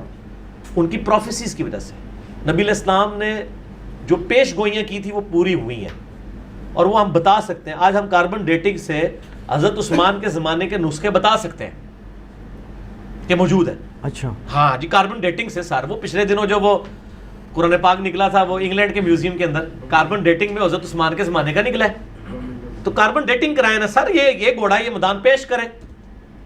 ٹھیک ہے، اس طریقے سے تو نہیں کہ آپ مستقبل میں آگے دعوے، مطلب آپ 500 سال پہلے کے دعوے کر رہے ہیں اور وہ دعووں کے 100 سال بعد ایک چیز پوری ہوئی ہے، اور اس کے بھی 100 سال بعد ایک کتاب لکھی گئی ہے کہ جی یہ 500 سال پہلے کی کتاب لکھی ہوئی ہے جو کاؤنٹر ویریفائی نہیں ہوگا. بلکہ میں اس کو اگلی بات کرتا ہوں, جو چیز گورے کی عدالت میں پروف نہیں آپ کر سکتے نا, وہ ہمیں نہ پیش کیا کریں. ہمیں یا کتاب و سنت کی دلیل پیش کریں, اور اگر علمی بات ہم سے کرنی ہے ٹیکنیکل گراؤنڈز پہ تو گورے کی عدالت میں لے کے جائیں. انشاءاللہ پہلی پیشی ہی تھوڑا کلمہ خارج ہو جائے گا, دوسری پیشی نہیں لگے گا. ایک سوال اور ہے جی کہ آپ کہتے ہیں کہ کسی کلمہ گو کی تکفیر نہ کریں, جبکہ حدیث تو کچھ اور بتا رہی ہے کہ 73 فرقے جنمی ہیں, 72 جنمی ہیں اور ایک فرقہ خالی ہے. اور اس میں دوسری بات یہ ہے کہ یہ بھی حدیث ملتی ہے کہ جب ایک مسلمان دوسرے کو کافر کہتا ہے تو ان میں سے ایک کافر ہو جاتا ہے, تو پھر یہ کافر تو کوئی نہ کوئی ہو ہی گیا. ہاں, پہلی بات تو یہ ہے کہ وہ جو 73 فرقوں والی حدیث میں یہ نہیں لکھا کہ 72 کافر ہیں اور ایک جو ہے مسلمان ہے. دوزخی کہا گیا ہے, وہ تو مسلمان بھی تو دوزخ میں جائیں گے. الٹیمیٹلی جو کلمہ گو ہے وہ عذاب بھگت کے جنت میں چلا جائے گا. 73 فرقوں میں میری آپ کے ساتھ ایک ڈسکشن ہے, لاکھوں لوگوں نے وہ ویڈیو دیکھی ہے. 73 فرقوں والی حدیث 73 ڈیجٹ میں فرقوں والی حدیث یوٹیوب پہ لکھیں, انشاءاللہ ہمارا کلپ ٹاپ پہ آئے گا. اس میں نے ساری ڈسکشن کی ہے. تکفیر تو بہت بڑا حکم ہے, آپ کسی کو اسلام سے باہر نکال رہے ہیں. یہ تو جو نکال رہے ہیں ہم ان سے پوچھتے ہیں نا, یہ ہمیں ان سے پوچھنا چاہیے. ہم تو کسی کو نکال ہی نہیں رہے, اس لیے ہمیں ٹینشن ہی کوئی نہیں ہے. ہم تو کہتے ہیں تکفیر اس کی کریں گے, ایک تو اہل سنت کا آف شوٹ قادیانیت ہے, دوسرا اہل تشیع کا آف شوٹ نصیری ہے. ٹھیک ہے, ان کی بھی تکفیر کرتے ہیں ہم, ان کو مارنے پیٹنے کے قائل نہیں ہیں, علمی طریقے سے ان کے دلائل سے رد کریں گے ان کا. اچھا, ایک بھائی نے کہا جی کہ حدیث میں آتا ہے کہ جس گھر میں کتا ہوگا وہاں فرشتے نہیں آ سکتے, جبکہ غامدی صاحب فرماتے ہیں کہ کتا غیر ضروری باندھ کر رکھنے سے منع کیا گیا تاکہ اسے تکلیف نہ ہو. حدیث شریف میں آتا ہے اور غامدی صاحب فرماتے ہیں, فرق دیکھا ہے. ہاں جی فرمائیں. تو وہ کہتے ہیں جی کہ ایک طرف مطلب کتا رکھنے کی بھی اجازت ہے اور پھر ساتھ یہ فرشتے نہیں داخل ہو رہی ہے, کیا کنسیپٹ ہے؟ ہاں, کتا اگر حفاظت کی نیت اور شکار کے علاوہ رکھا جائے تو اس پہ وہ والا رول اپلائی ہوتا ہے. اللہ کی شریعت ہے کہ اللہ نے کہا ان دو چیزوں کی وجہ سے جائز ہے, اور اس کے علاوہ اگر کرو گے تو تم پہ وہ والی قدغن لگ جائے گی. ٹھیک ہے نا. اچھا, اللہ تعالیٰ نے رولز بنا دیے نا. ایک جگہ آپ نے فرمایا تھا کہ گانا سننا حرام نہیں ہے, مگر ایک حدیث میں ہے کہ بخاری میں ہے کہ گانا سیدہ عائشہ سے نبی علیہ السلام فرمایا کہ گانے والی بھی ساتھ بھیجنی, جبکہ ایک حدیث میں آتا ہے کہ میں سازوں کو ختم کرنے اور بانسری کی آواز سننے کانوں میں. دو چیزیں کمپیئر کر دی, سوال گندم جواب چنا. بات گانے کی کر رہے ہیں اور آپ بات میوزک کی, یہ ساتھ ہی آ گیا نا جی. سر گانے کی بات ہوئی ہے نا. اچھا ہاں, گانے کا میں نے کہا نا, میں نے میوزک کو نہیں کہیں کہا, گانے کی لفظ استعمال. میں آج بھی کہتا ہوں گانا جائز ہے, بخاری میں موجود ہے. رہا میوزک تو اس کے اوپر ظاہر اختلاف ہے, میوزک سے تو بچنا چاہیے, صرف گانے کی بات کریں. مطلب میوزک کے بغیر جائز ہے؟ سر ظاہر ہے, میں نے ڈیٹیل بتایا, میرے گانوں کے اوپر کلپ ریکارڈڈ ہے. الفاظ تو دیکھیں ایک نقطے سے مارا مجھے نہیں مان جاتا ہے. زکوٰۃ کا میزان چاندی ہے یا سونا؟ سونا ہی ہے جی, کیونکہ حامل اعضا کو مطالبہ پر ادا کرے گا نوٹ کے اوپر, وہ سونے کی ایکویلنٹ کرنسی ہوتی ہے. مسئلہ 95B میں نے بتایا ہے. یہ جن قبرستانوں کے اندر مساجد ہیں ان میں نماز پڑھنا جائز ہے یا حرام ہے؟ قبرستان کی اگر قبر کے اوپر مسجد بنی ہوئی ہے نا تو وہاں تو نماز نہیں ہوگی. اگر قبرستان کے سائڈ پہ مسجد بنی ہوئی ہے قبروں کے ساتھ, اور مسجد کے اندر قبریں نہیں ہیں کہ سامنے قبر آ رہی ہو, تو پھر نماز جائز ہے. اچھا, ایک علی بھائی میں ابھی آپ سے جو کویشچن کروں گا اس پہ تو میں آپ سے ریکویسٹ کروں گا کہ آپ ماشاءاللہ پڑھے لکھے بندے ہیں, تو آپ اس کی انگلش ڈبنگ کرا کے نا لازمی چلا دیں گے. یہ سوال بڑا پریشان کن ہے. یہ کہیں اپنا انٹرنیشنل لیول کے فزکس کے پروفیسر ہیں اور مولید ہیں, یہ اسٹیفن ہاکنگ وغیرہ اس کے لیول کے ہی ہیں. تو انہوں نے ایک اعتراض اٹھایا, یہ ان کا نام میرے ذہن سے نکلا, نیل ڈی گراس ٹائسن نام ہے. اچھا, وہ ویسے زبان کے بھی بہت تیز ہے, چرب زبان ہے, بہت زیادہ, یہ رچرڈ ڈاکنز سے بھی زیادہ چرب زبان ہے. تو انہوں نے لیکچر دیا, وہ کہتے ہیں جی کہ ان سے پوچھا گیا, وہ کہتے ہیں جی میں تو ایگنوسٹک ہوں, یعنی کہ میں دہریہ نہیں ہوں, میں ایگنوسٹک ہوں, کہ میں اس چیز میں پڑھنا ہی نہیں چاہتا. انہوں نے کہا لیکن بہرحال جی انہوں نے کہا جی آپ کیوں نہیں خدا کو مان لیتے؟ انہوں نے کہا جی میں خدا کو کیسے مان لوں کہ جو خدا کے بارے میں تصور, کوئی بھی مذہب ہو, اسلام پہ نہیں اٹیک کیا انہوں نے کہا جی کوئی بھی مذہب ہو, ان کی دو تو باتیں ہیں نا. ایک یہ ہے وہ کہیں گے جی خدا جو ہے وہ آل نوئنگ ہے, دوسرا یہ ہے کہ لونگ ہے, تیسرا یہ ہے کہ مرسیفل ہے اور وہ ساری خوبیاں ہیں. وہ کہتے ہیں جی یہ جب کہ میں سائنس پہ جب دیکھتا ہوں نا تو مجھے یہ نظر آتا ہے کہ یہ جو قدرت ہے نا وہ ہر وقت ہمیں تباہ و برباد کرنے کی کوشش میں ہے. کیٹاسٹرافیز آ رہی ہیں, ولکینوز آ رہی ہیں, وہ کہتے ہیں جی ایک سے بچ گیا تو بیماریاں آ رہی ہیں, ایپیڈیمکس آ رہی ہیں, بچے ڈسیبلڈ پیدا ہو رہے ہیں جن کا کوئی قصور نہیں. وہ کہتے ہیں جی اس کا جواب جب میں کسی بھی مذہب کے پیروکاروں سے مانگتا ہوں نا تو وہ ظاہر وہ عیسائیوں سے مانگتے ہوں گے, تو وہ مجھے کہتے ہیں جی کہ اس کا جواب یہ ہے کہ خدا کی اس میں ضرور کوئی مصلحت ہوگی. تو کہتے ہیں میں ان کو پھر یہ جواب دیتا ہوں کہ پھر آپ یہ نہ کہیں کہ آپ خدا کو جانتے ہیں, آپ یہ کہیں کہ یار God works in mysterious ways which we do not even know. تو کہتے ہیں وہ کہتے ہیں پھر میں ایسی خدا کو کیسے مان لوں؟ کہ جب آپ یہ کیوں دعویٰ کرتے ہو، وہ کہتے ہیں میں ان کو کہتا ہوں جی آپ پھر مجھے یہ نہ کہیں کہ خدا کو مانو، آپ کہیں جی ہمیں خود نہیں پتا خدا کا، ہاں مان لو. نہیں دیکھیں اس کا پہلی بات یہ کہ میرا آپ کے ساتھ یہ کلپ ریکارڈڈ موجود تھا. یہ آخری سوال ہے جی. اچھا نان مسلمس کے کوسچنز اور ایتھیس کے کوسچن انجینئر محمد علی مرزا 40 منٹ کا میرا وہ کلپ آپ کے ساتھ ریکارڈڈ ہے. میں نے اس میں یہ ساری باتیں کی. پہلی بات ہے مسلمانوں کا کہیں دعویٰ نہیں ہے کہ گاڈ از آل لونگ، ہم تو یہ دعوے نہیں کرتے. ٹھیک ہے، یہ تو خدا کے بارے میں ہمارا دعویٰ ہی نہیں ہے، یہ کرسچینٹی نے یہ بات کی ہے.